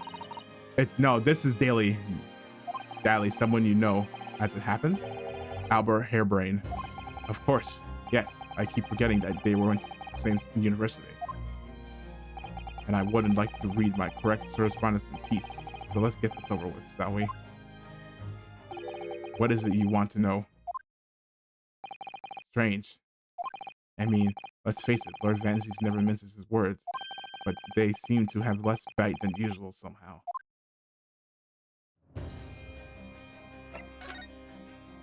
What happened? Can you at least tell us your side of what's the story, Lord Van Zieks? What happened? How much do you already know? We know that the infector was shot dead in a small rented room on Fresno Street, and that you were found there by police when when they arrived on scene and immediately arrested. We were told that there was nobody else in the room and that some witnesses heard the gunshot. Then you're well informed, and there's really nothing I can add. The truth is, I don't know what happened to myself. Yeah, as to say, it's like case 4 in the first Ace Attorney. Edgeworth was framed for a murder, and he had no idea why. And also related to a case for a yeah, I see the ties. But the gunshot, obviously you didn't fire the gun, did you? I'm not in the habit of shooting the people I work alongside. I also heard the noise, however. So basically he was unfortunately the first person to reach there, and then when they came, he was in there. But it's like, wait, what are you doing here? Before I had a chance to investigate, I was apprehended by the arriving officers. So he doesn't actually know what happened. If I might ask, what were you doing in that place to begin with? I don't need to answer that. Oh. After all, you're not representing me. He is going to need a lawyer, though. You? Who is going to be representing you in court, Lord Van Zieks? Nobody. Anyone other than you, I should imagine. Would I be right in assuming that you have no representation as yet? Defense lawyers shy away from any trial involving the Reaper, as I'm sure you know. But this is different. In my career, all of the defense I've prosecuted, only 19 have ever been acquitted. And of them, 16 subsequently died in mysterious circumstances. Yeah, the 3 were the people we helped. Of them, 16 subsequently died in mysterious circumstances. Only questions will be asked now. Surely not. I assure you, no defense lawyer will want to touch me with the end of a barge pole. But you didn't actually have anything to do with those people's death, did you? It's been 10 years now that I've been known as the Reaper of the Bailey. And you've been investigated and then no one knows. Believe me, nobody wants to know the true identity of this killer more than I. However, it seems that things may come to a head before I have the chance to uncover the truth about that. What does he mean by that?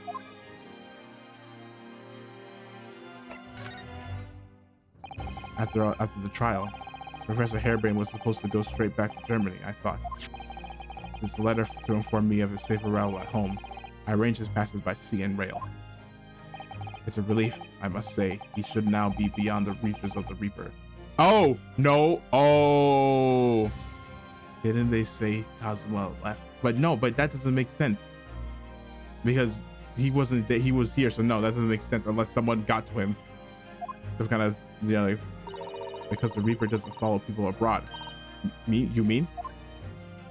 Yes, so it seems. Your stupid little Nipponese friend, for example. You told me he was keeping well in Japan when I inquired the other day. Yes, that's right. He's an author now, happily working in Tokyo. So Professor Harebrain is safely back in Germany now. He is.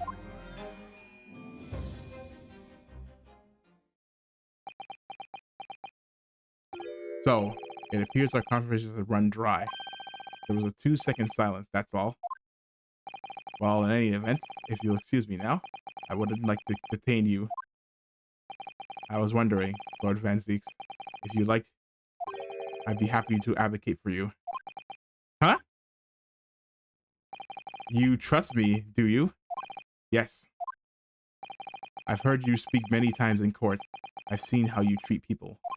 So I'm quite sure that you would never have taken another's life. It's just my feelings can't be used as evidence in a court of law, sadly. It's a very gracious offer. However, I trust no one. I trust no one. What? Not the police, not the judiciary, and not you Nipponese. But please. I have no intention of engaging your services. The chasm between us is just too wide and too deep, it seems. I'd appreciate it if you don't visit again. Then neither of us will waste any more time. No. Perhaps we need to dig a little deeper and find out more about Lord Vanzies and what happened to Inspector Gregson. Yeah.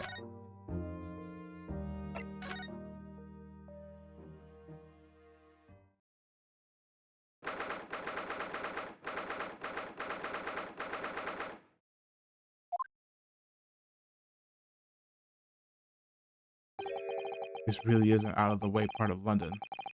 I doubt many people find their way down this back street. So this dust-ridden rendered old rumors where it happened then. So this is where poor Inspector Gregson lost his life. Yes, and the police are already hard at work investigating, it seems.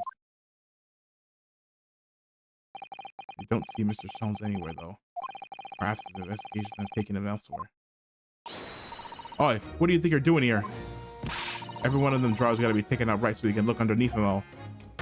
I want the space under the ceiling checked, and don't forget to look inside the chimney stack, too. Blimey, ain't you not ever gone on over and out looking for dough when the owners are out of town? Tina's obviously got some unique investigative techniques she wants everyone to adopt. Oh, so you've turned up at last. Mind you, I ain't been here long myself. Hello again, Tina. Jones has only just left. You're lucky you missed that. He went prancing around in here, pointing and stuff and flicking that out of his at the scarper. Oh, he's finished investigating already? You mean? Yeah. He didn't stop to say nothing to no one, not even me. Tina, would you mind if we investigated too? Listen, Odo. You're a lawyer, right? Yes. Why? Well, you're not thinking of trying to up that Reaper bloke, are you? Oh, poor Gina. She's never going to forget, is she? That trial will haunt her forever. Gina, if you don't mind me saying, if Lord Vanzies really is responsible for this crime, he will be duly and fairly judged in court. I suppose you're right. Yeah. Go on then, Odo. Get investigating. I want to know the truth about what really happened here. Thank you, Gina.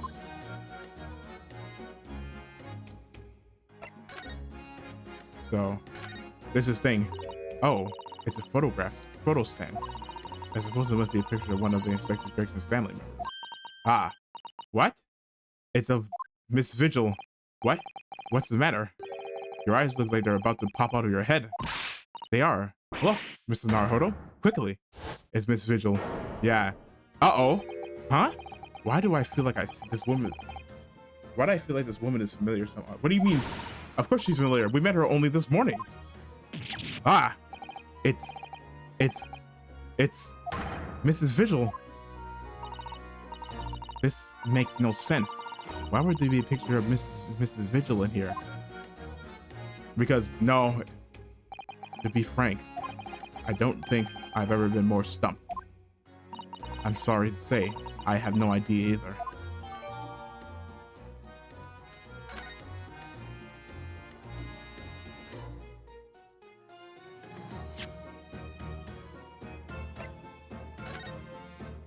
Yeah. Is that her? Yeah, no, that is her. I think it's a picture from a while ago. Or not a little bit ago, but... An empty fireplace makes a room feel even colder than it would be otherwise, doesn't it? It's thick with dust, too. Dust, look. I think it would be fair to say it hasn't been used in a very long time. In other words... Whoever lives in this room must have been extremely hardy in cold weather, or nobody lived in here at all and merely visited when the occasion arose. I wouldn't like to say which is more likely. No, that's right. If it's one or the other, yeah. He doesn't want to. I don't want to insult you, but this looks like some sort of notice board or something. And it's absolutely covered in scraps of paper. Ah. Mr. Naruhodo, look. This, you mean, it's an autopsy report, isn't it? And these are case notes here. And details of prison inmates. Yes, fact, they're all sort of documents that only a detective can normally acquire, or a prison warden. What on earth went on in this room? Some old newspaper cuttings. Ah, and this one here.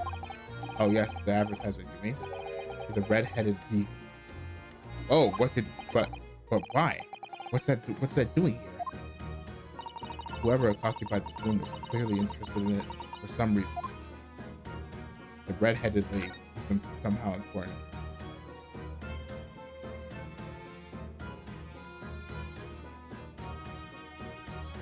Oh! Ever since we came in here, I can't take my eyes off this thing. Oh. It's funny enough, neither can I. It's a hairpiece, isn't it? It is. It is! A bright red hairpiece. And I suppose the fact that it's right there next to where the body was found means we have to accept that Inspector Gregson wore wigs, does it? And it says a flame-colored red, too. Yes, that's the color we've come across very recently elsewhere, isn't it? Exactly. This is a vital clue, I'm sure of it.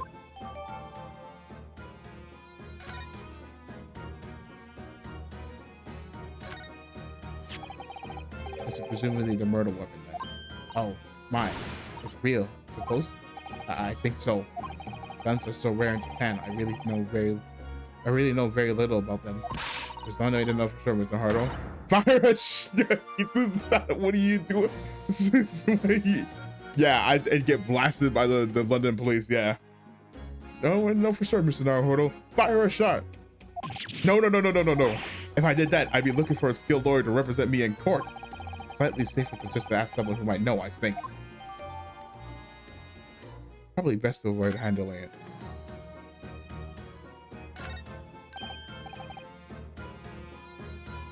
Oh, what's this?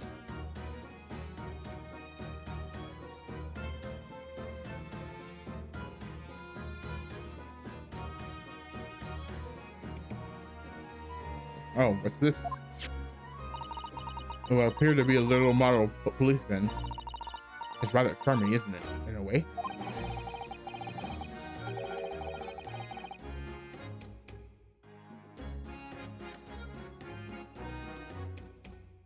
Seeing as it's on the floor here, do you think it belongs to Mr. Inspector Gregson? It's a little hard to imagine Lord Vanzy's playing with something like this. It's only about 8 centimeters tall. It could have fallen out of someone's pocket, I suppose. I think we should record that other evidence just in case. Yes, I agree. It is rather delightful after all, in a way. Of a Bobby.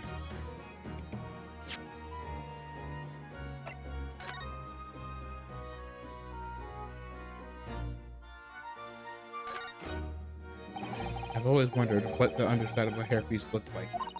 That doesn't surprise me at all, Mr. Naruhodo. You always want to see what lies beneath, don't you? I'm not sure that's quite how I'd put it. You must have used lots. You have to use lots of bird's lime to keep it in place on your head, so it doesn't get blown off in just the wind. I mean, that might be a little inconvenient when you wanted to take it off again, don't you think?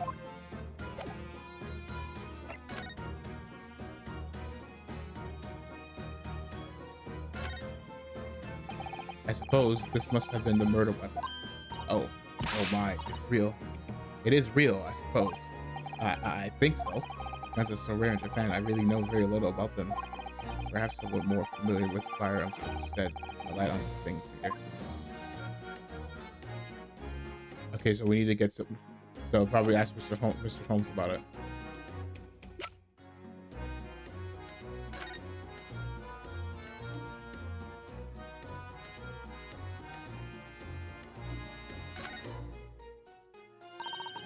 The helmet of this charming policeman appears to be a little worse for wear.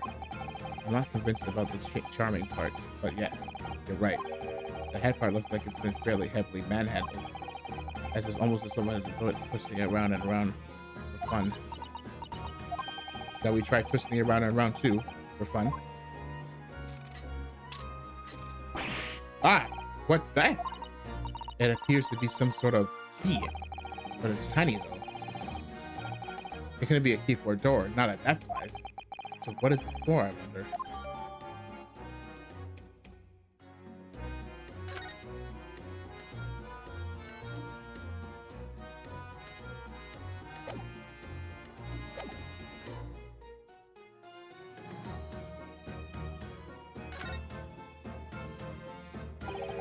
top of the one of the candles, this candle holder has been completely blown off. Yes, there was wax spattered on the wall behind it. Look, I suppose if a bullet had hit it, it does seem likely that the bullet hit the candle, having first passed through the inspector's body. Now I had a wax on the wall looks like a blood. Now that wax on the wall looks like blood to me. Candelabra.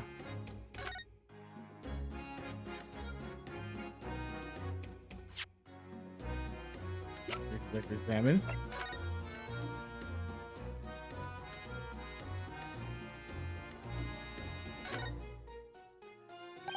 Ah, there are some black marks here. Look. Yes, they look like some sort of scorch mark. Or perhaps a bullet struck the candle here. You think? It's only this one candle that's been cracked in half, it seems. Yes, I think you might be right. Firearms are rarely used by criminals in Japan, so I'm afraid I'm not particular knowledge about them.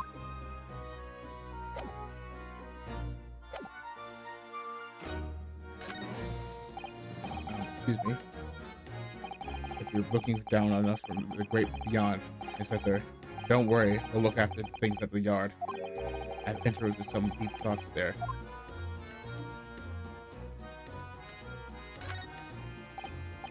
Excuse me. Sorry, sir. Can't see a thing, sir. Too many tears, sir. Ah, that's so sad. Sorry, sir. You can't see a thing, sir. Too many tears, sir. Right. Perhaps I better leave you to your work then. Inspector Griggs was the best of them. Somebody's very haphazard and nailed those board over the broken glass, haven't they? You couldn't even really call it a window anymore. Well, if you remember the window in Mr. Natsume's room, that was totally blocked up with bricks. This window's at least still letting in some light, so you could say nothing more about it. I'm starting to feel even more sorry for Mr. Natsume now.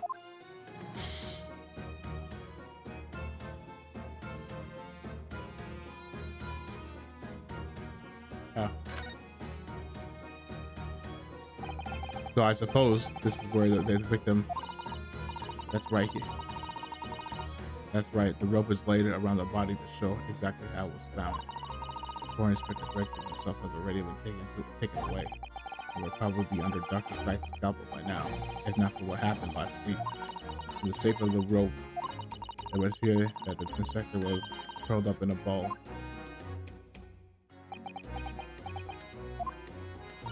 Are you feeling alright, Mr. Naruhodo? You look like you've just seen a ghost. I know it's just a rope, but, well, it conjures up quite a terrifying image, that's all. Especially with that blood stain next to it. Oh, I do understand. In some ways, what we picture in our minds can be even worse than reality. Sada-san is so strong, though. He's taking this far better than I am. Well, that's what it seems. I think it's good enough.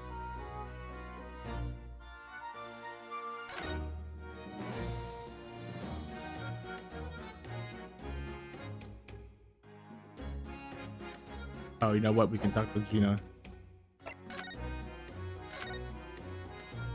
Gina, what was Inspector Gregson doing here in the first place? I don't know. That's what I want to know.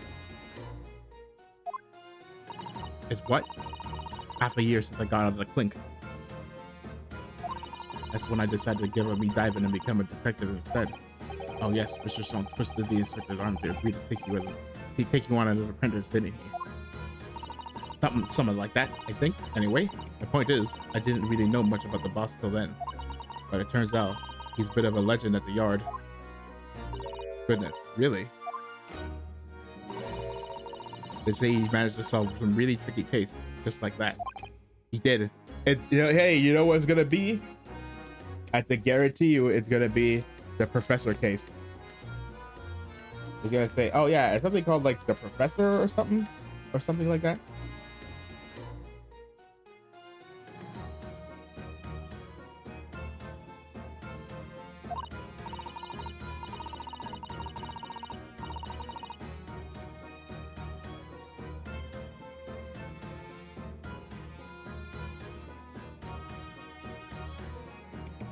Yep, and ever since then, he started going out. Sorry.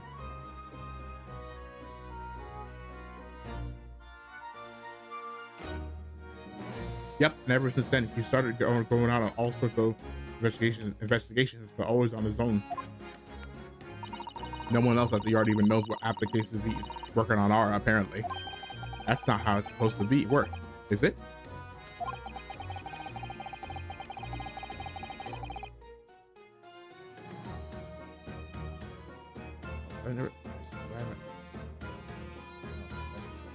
Alarming.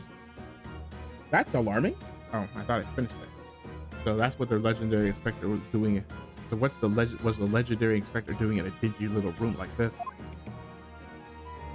I know he's had a lot of respect for the Reaper and all, and look where that landed him. Respect for the Reaper? In what way? I heard him say as much. I take my hat off to that fellow for his words. Not how the general public feels, is it? Most people are terrified of the Reaper. Yeah, the boss said that's exactly why he respected the boat.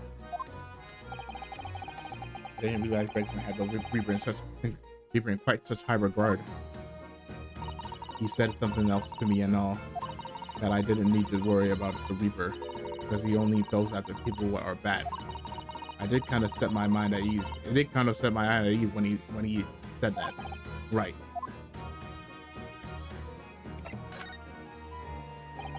What is this place then? Does anybody live here? Apparently it's been rented by some cove called Hugh Bone. Hugh Bone. Or Hugh Boone. Ooh. It's a sort of here today, gone today name, that isn't it? Yeah. He's what we call an unidentified person. We haven't been able to get in touch with him. I see. Well, judging from appearances, I'd have to say this place hasn't been lived in for a long time, ever. Right. All the lies from the yard piled down to get stuck into the investigation. But there's so little here, no one knew what to do with themselves. I do wonder. Yes, Mrs. Settle? Well, could it be that this Hugh Boone is in fact Professor Gregson himself? What? How could that be? Well, if he was investigating on his own, it's quite possible that the place was in fact some kind of secret office of his. I never even considered that. Nice work, Suze. We're actually following a line of inquiry like that ourselves. You are.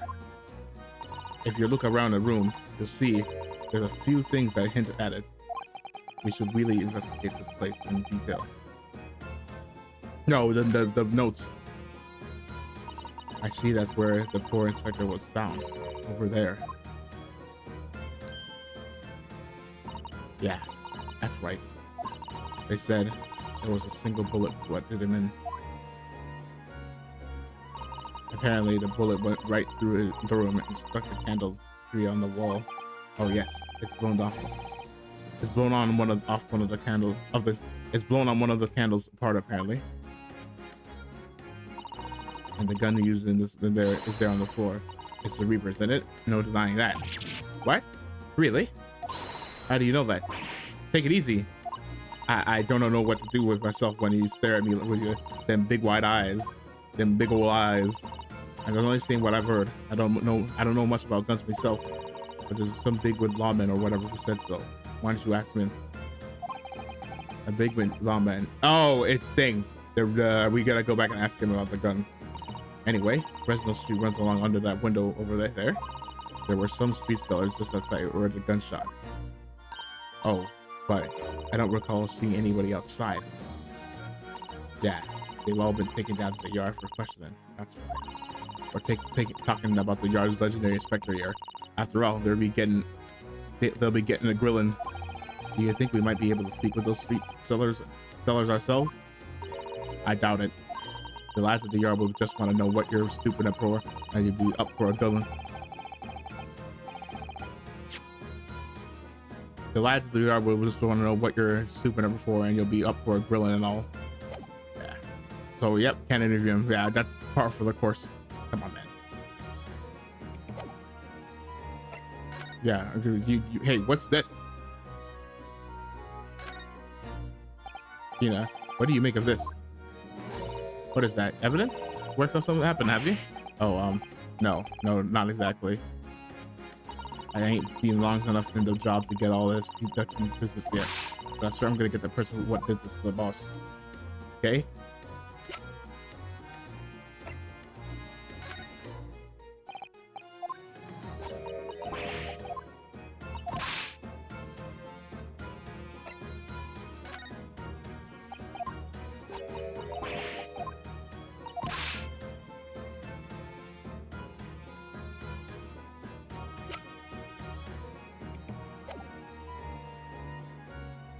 Yeah, we're not done here. There's something we missed. We're missing something. Oh, I didn't talk to this guy. Excuse me. Oh, Inspector. Oh, sir. Poor man. He can't possibly be able to focus on the investigation when he's so upset.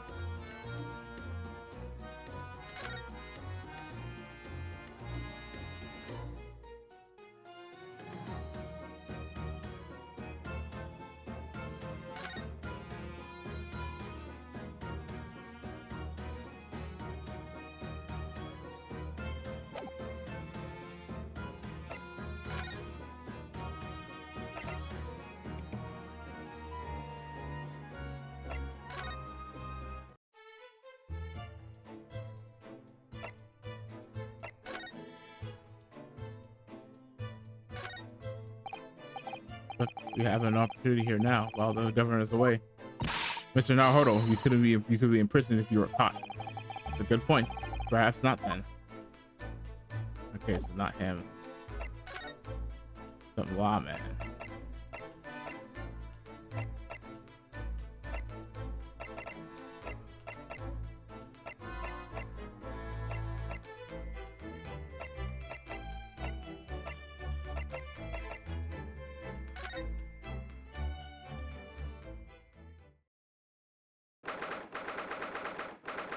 I don't think there's anything here.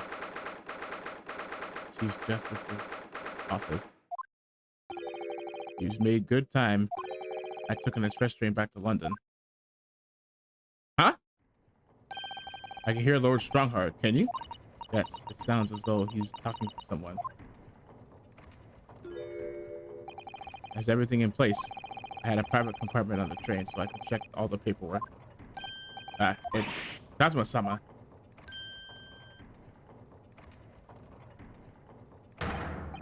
Your timing is impeccable. It is? It is it?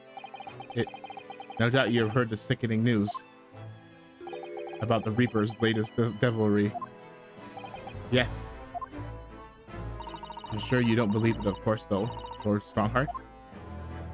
That Lord Van Zieks could have done such a thing to Inspector Gregson. I believe only in the facts. And the facts in this case point to one thing: the unavoidable accusal of Lord Van Zieks for this crime. Yeah, no matter what they did, no matter what he basically is like, yeah, no matter what I feel, we have to go off the facts. The facts are pointing to him. We must bring charges against the Reaper for taking the life of our legendary detective. Oh no, surely not. It's a truly regrettable situation. Tomorrow, the forensic symposium finally begins. At the very least, though, we can show the world our justice system's swift and equitable process. Does that mean the trial is tomorrow? Precisely. In fact, this is a fine opportunity for introductions. Prosecutor Asogi Kazuma. No. Yeah, I'm the prosecutor. But of course, you're already acquainted, aren't you? The prosecution, Mr. Stogi here, will be present at tomorrow's proceedings as a prosecutor, leading the prosecution. So, wait, what? Kazuma. As I'm sure you're aware, he's a very capable practitioner of law. Kazuma-sama, a prosecutor? Wait. Prosecutor, yeah. Prosecutor Asogi. I'm sure you can imagine that tomorrow's trial will be closely followed all over London. In fact, no, People all over the Empire will be watching closely to see how it unfolds. There's no salvation for anyone in the trial prosecuted by the Reaper of the Bailey. And now, the Reaper himself must stand in the dock. Quite so. The public wants answers about the Reaper. Answers about how and why those who escaped convictions subsequently died mysterious deaths. But Lord Van Zieks firmly denies any involvement in such matters. And there have been thorough investigations that have been proven him to be innocent. That's certainly true, or has been, at least, until now. No, tomorrow's trial will mark the start of a new chapter in our country's great judicial history. So what's going on here? So, Cosmo will be prosecuting tomorrow? That's right. But he's a defense lawyer, Lord Strongheart. Accomplished young law practitioners cannot pick and choose their roles. And imagine what it will mean for the prosecution to know the strategies commonly employed by the defense. A devastating combination, wouldn't you agree? Oh, so it has to be someone who comes from a different, yeah, because okay, I mean, that makes sense. Absolutely. I've no doubt at all that Cosmo will be a razor sharp as a prosecutor. But why Cosmo-sama? There are surely many other highly skilled prosecutors in Great Britain. It was a personal request. I asked to be assigned to the trial. You asked for this, but why? It'll all become clear tomorrow. I'm guessing you intend to stand for the defense, don't you? Yeah. No. Although the Reapers appears to be turning down all offers of representation. I'm surprised such a personal request would have been upheld. It seems unprecedented, quite exceptional, in fact. You're quite right, Miss Mikotoba. Tomorrow's trial will be unprecedented and exceptional in every way. After all, the accused of one of Britain's greatest prosecutors, the pride of the Empire. It would be unwise to give the public a reason to perceive it so that's another reason why. Because it was a British person, it would make it seem like this reason, judiciary closing ranks. So if it's a foreigner, they'd be like, oh well, it can't really be biased. So that's why you're happy to let a foreigner handle the prosecution, so no one can claim there's ulterior motives behind it. Ryunosuke, let's see how your skills have been honed. After practicing law in this line for so many months. Kazuma, I don't understand why you're being so hostile to me now. This isn't going to end well, my friend. No. Oh yes, we noticed that there was a gun at the scene of Inspector Grayson's death. Do you know if it belongs to Lord Van Zieks? That would be a question for the lead detective investigating the scene. Well, thing is, he wasn't sure, so she told me to go ask somebody higher up who might know. That's right, Mr. Naruhodo. Be direct. It's certainly the model that's issued to all personnel involved in law enforcement, yes, which includes prosecutors, as I'm sure you can imagine. In that case, it could actually have belonged to the victim. No, Gregson had the gun on his person. What about Lord Van Zieks? He claims it is currently not in his possessions. What? According to his story, he lost it. In short, it's more than a little suspicious. But just because the gun is questioned is the same type as his defendant's is no proof that it's actually his. No, of course not. Nevertheless, the situation is grave for Lord Van Zieks. Alright.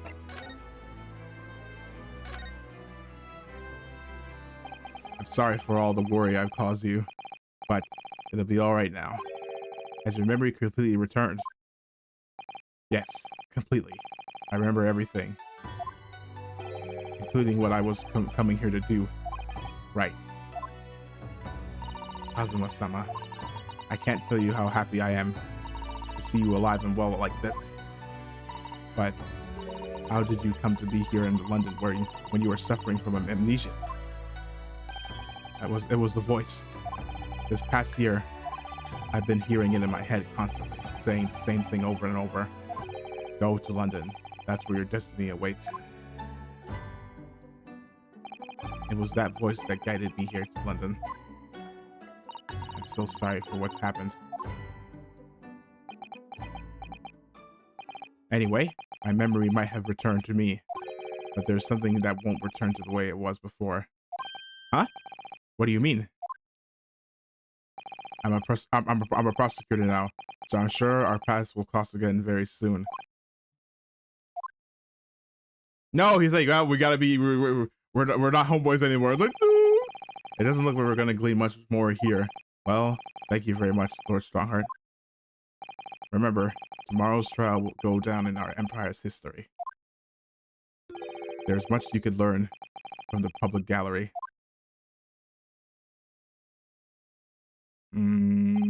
Sorry to have to taken up so much of your time.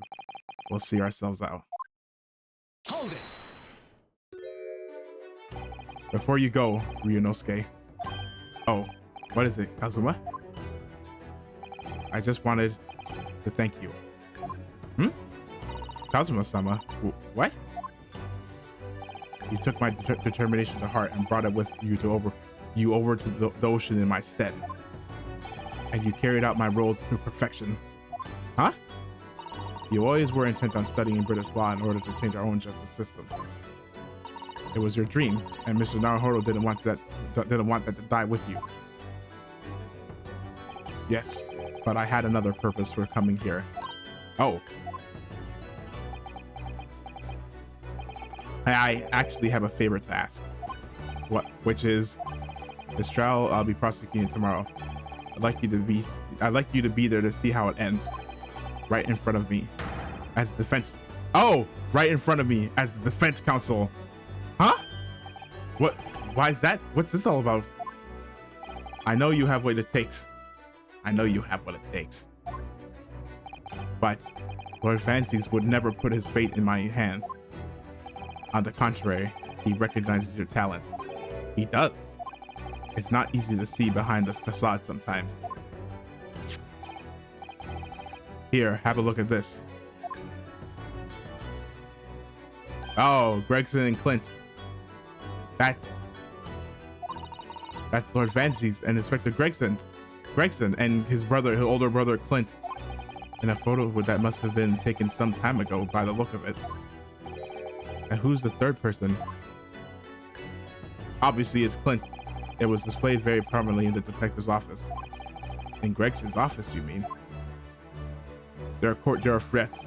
What I'm trying to say is, if you really think you can trust the Reaper, you might find that some straight talking makes him take the different view. Take it.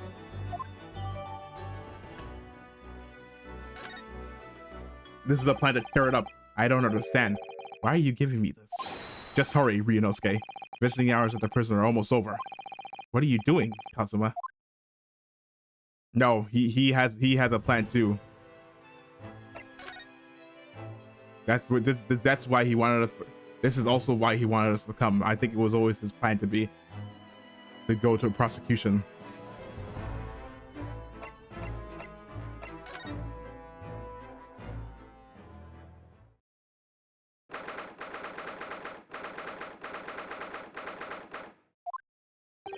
Lord Fancies is still reading that letter.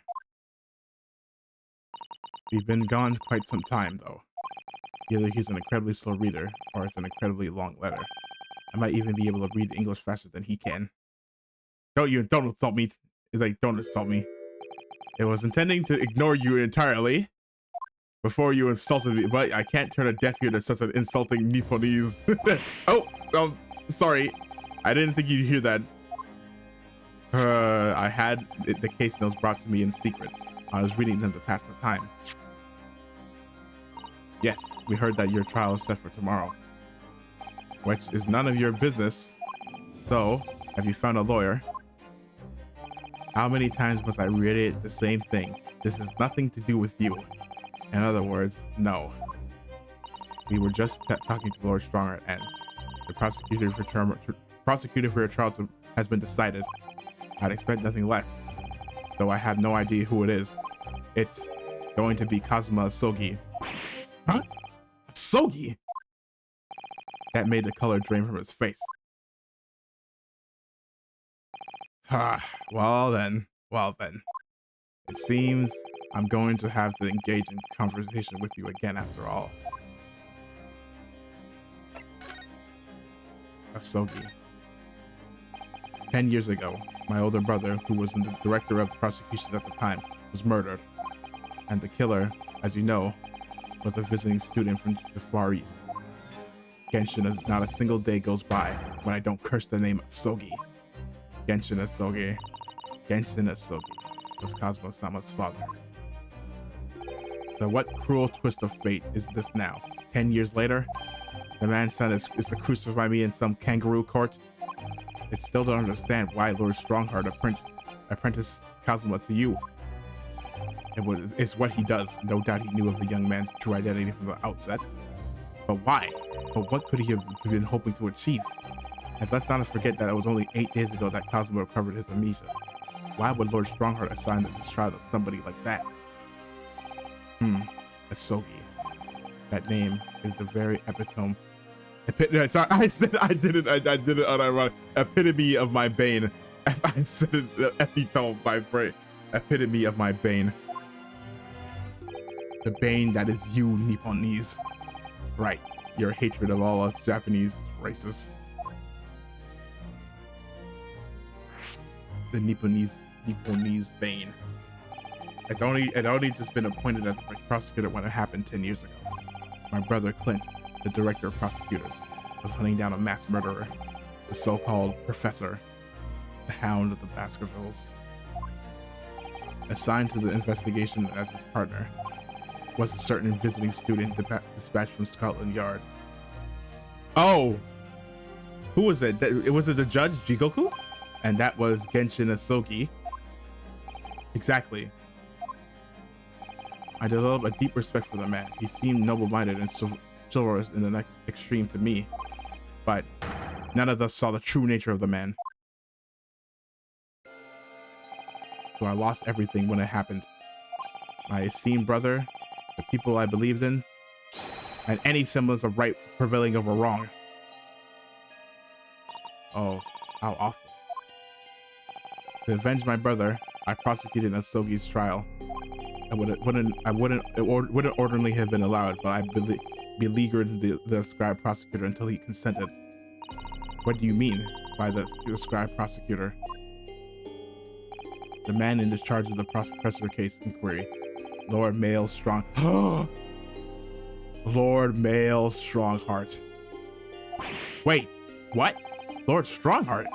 He was a highly accomplished prosecutor, but he agreed to relinquish his trial to me and act as my advisor instead. Since that time, he's the one person to whom I felt indebted. Oh no, I think he's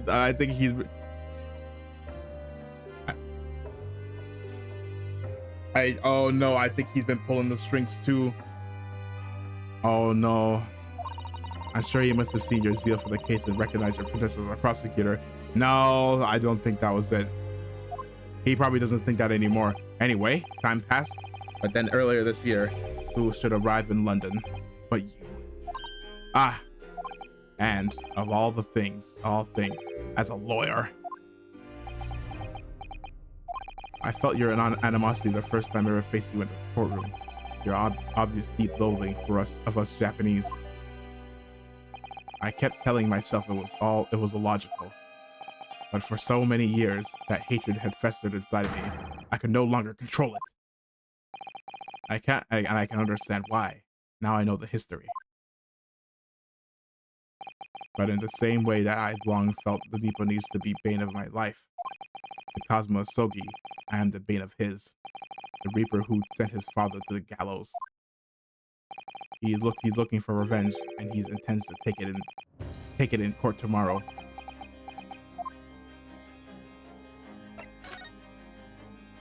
Gregson's transfer to the Paris police prefecture had finally been arranged for the coming month, but he'll never make it to the France now.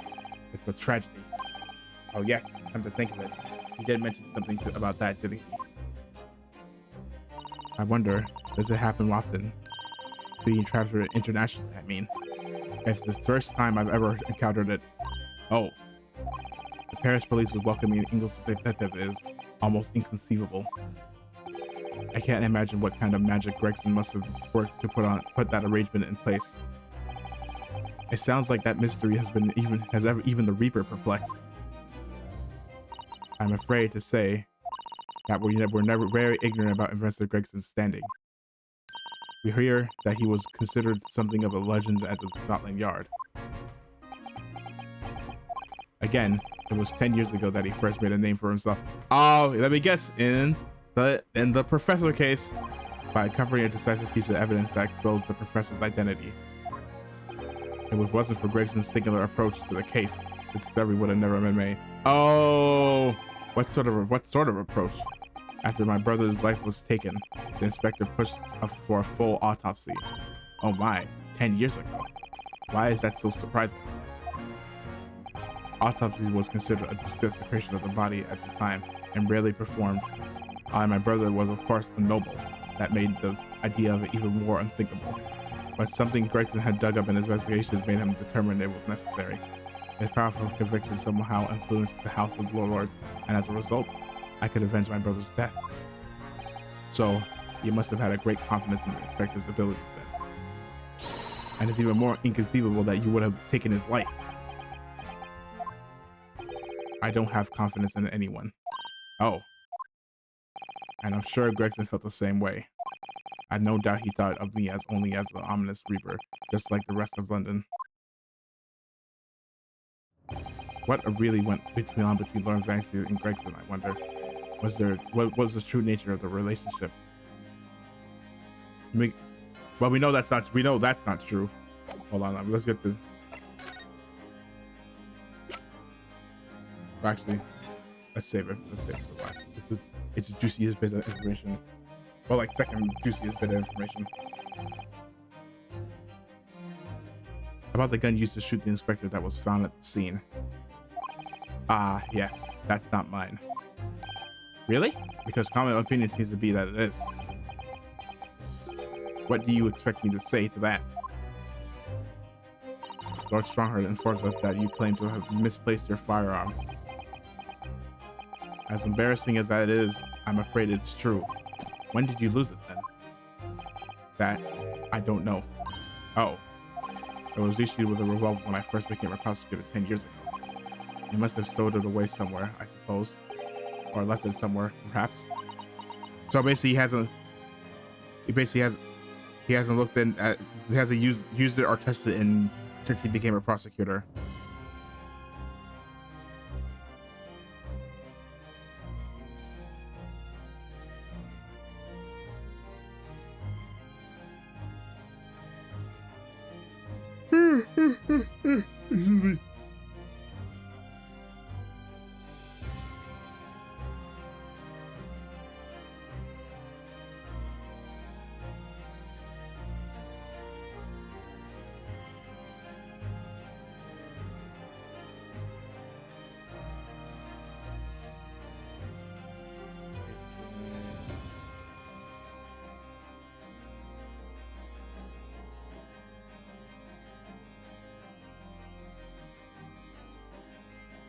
Bingo, bingo, boingo.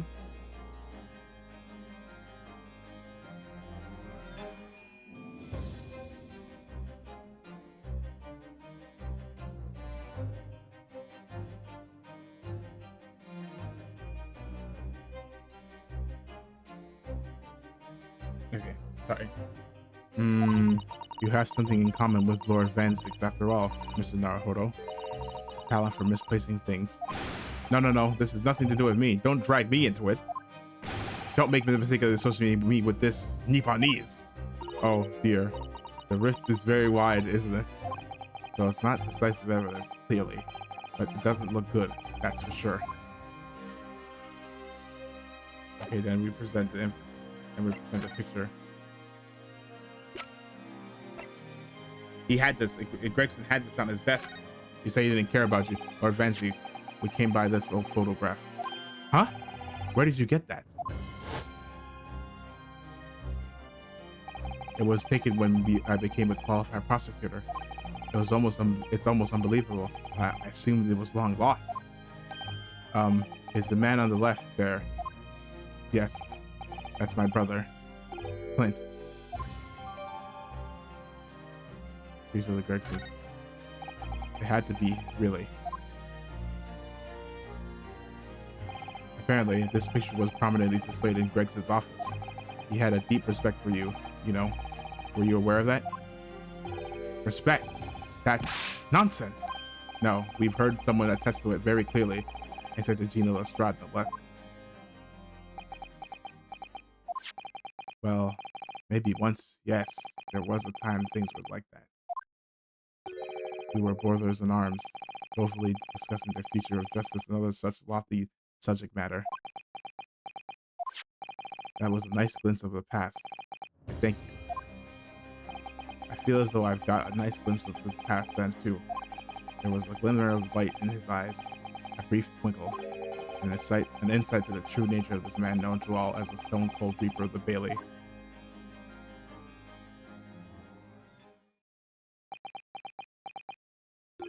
Mr. Naruhodo. Oh? That's the first time he's ever used my actual name. I've lost all confidence in my country's justice system. I don't trust the police, the judiciary, or lawyers. But there's still one thing I'm willing to believe in. What's that? That which you see in the eyes of another across the courtroom, a simple determination to know the truth. Lord Van Zieks? From the very first time we clashed in the Bailey almost a year ago now, I saw it. I couldn't deny it, even though I dearly wished I could. I saw it, and here is a loathsome Nipponese who has the absolute integrity as a lawyer.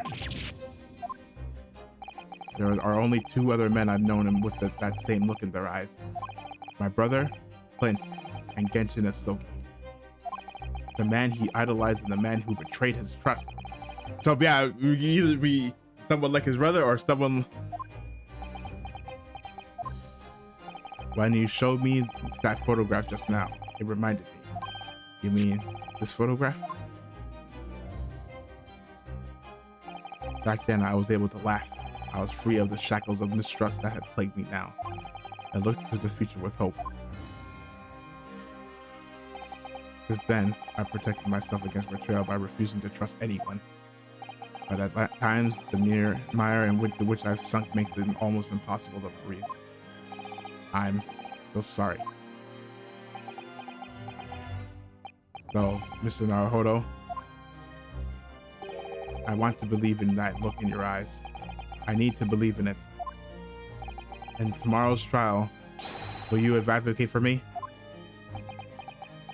Of course I will. It would be an honor. I'm so pleased, Mr. Naruhodo. And my life is in your hands. Do you believe he did it? We don't know. For Lord Van Zieks, that must have been an incredibly hard thing to ask, which is why I simply cannot let the man down. Tomorrow, in the Old Bailey, against my old friend, Kazuha.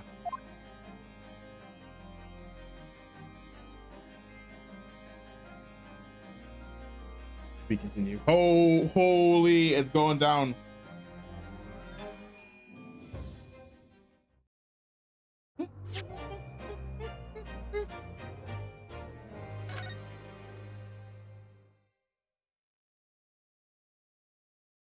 Twisted Karma at its last bow. And its last bow.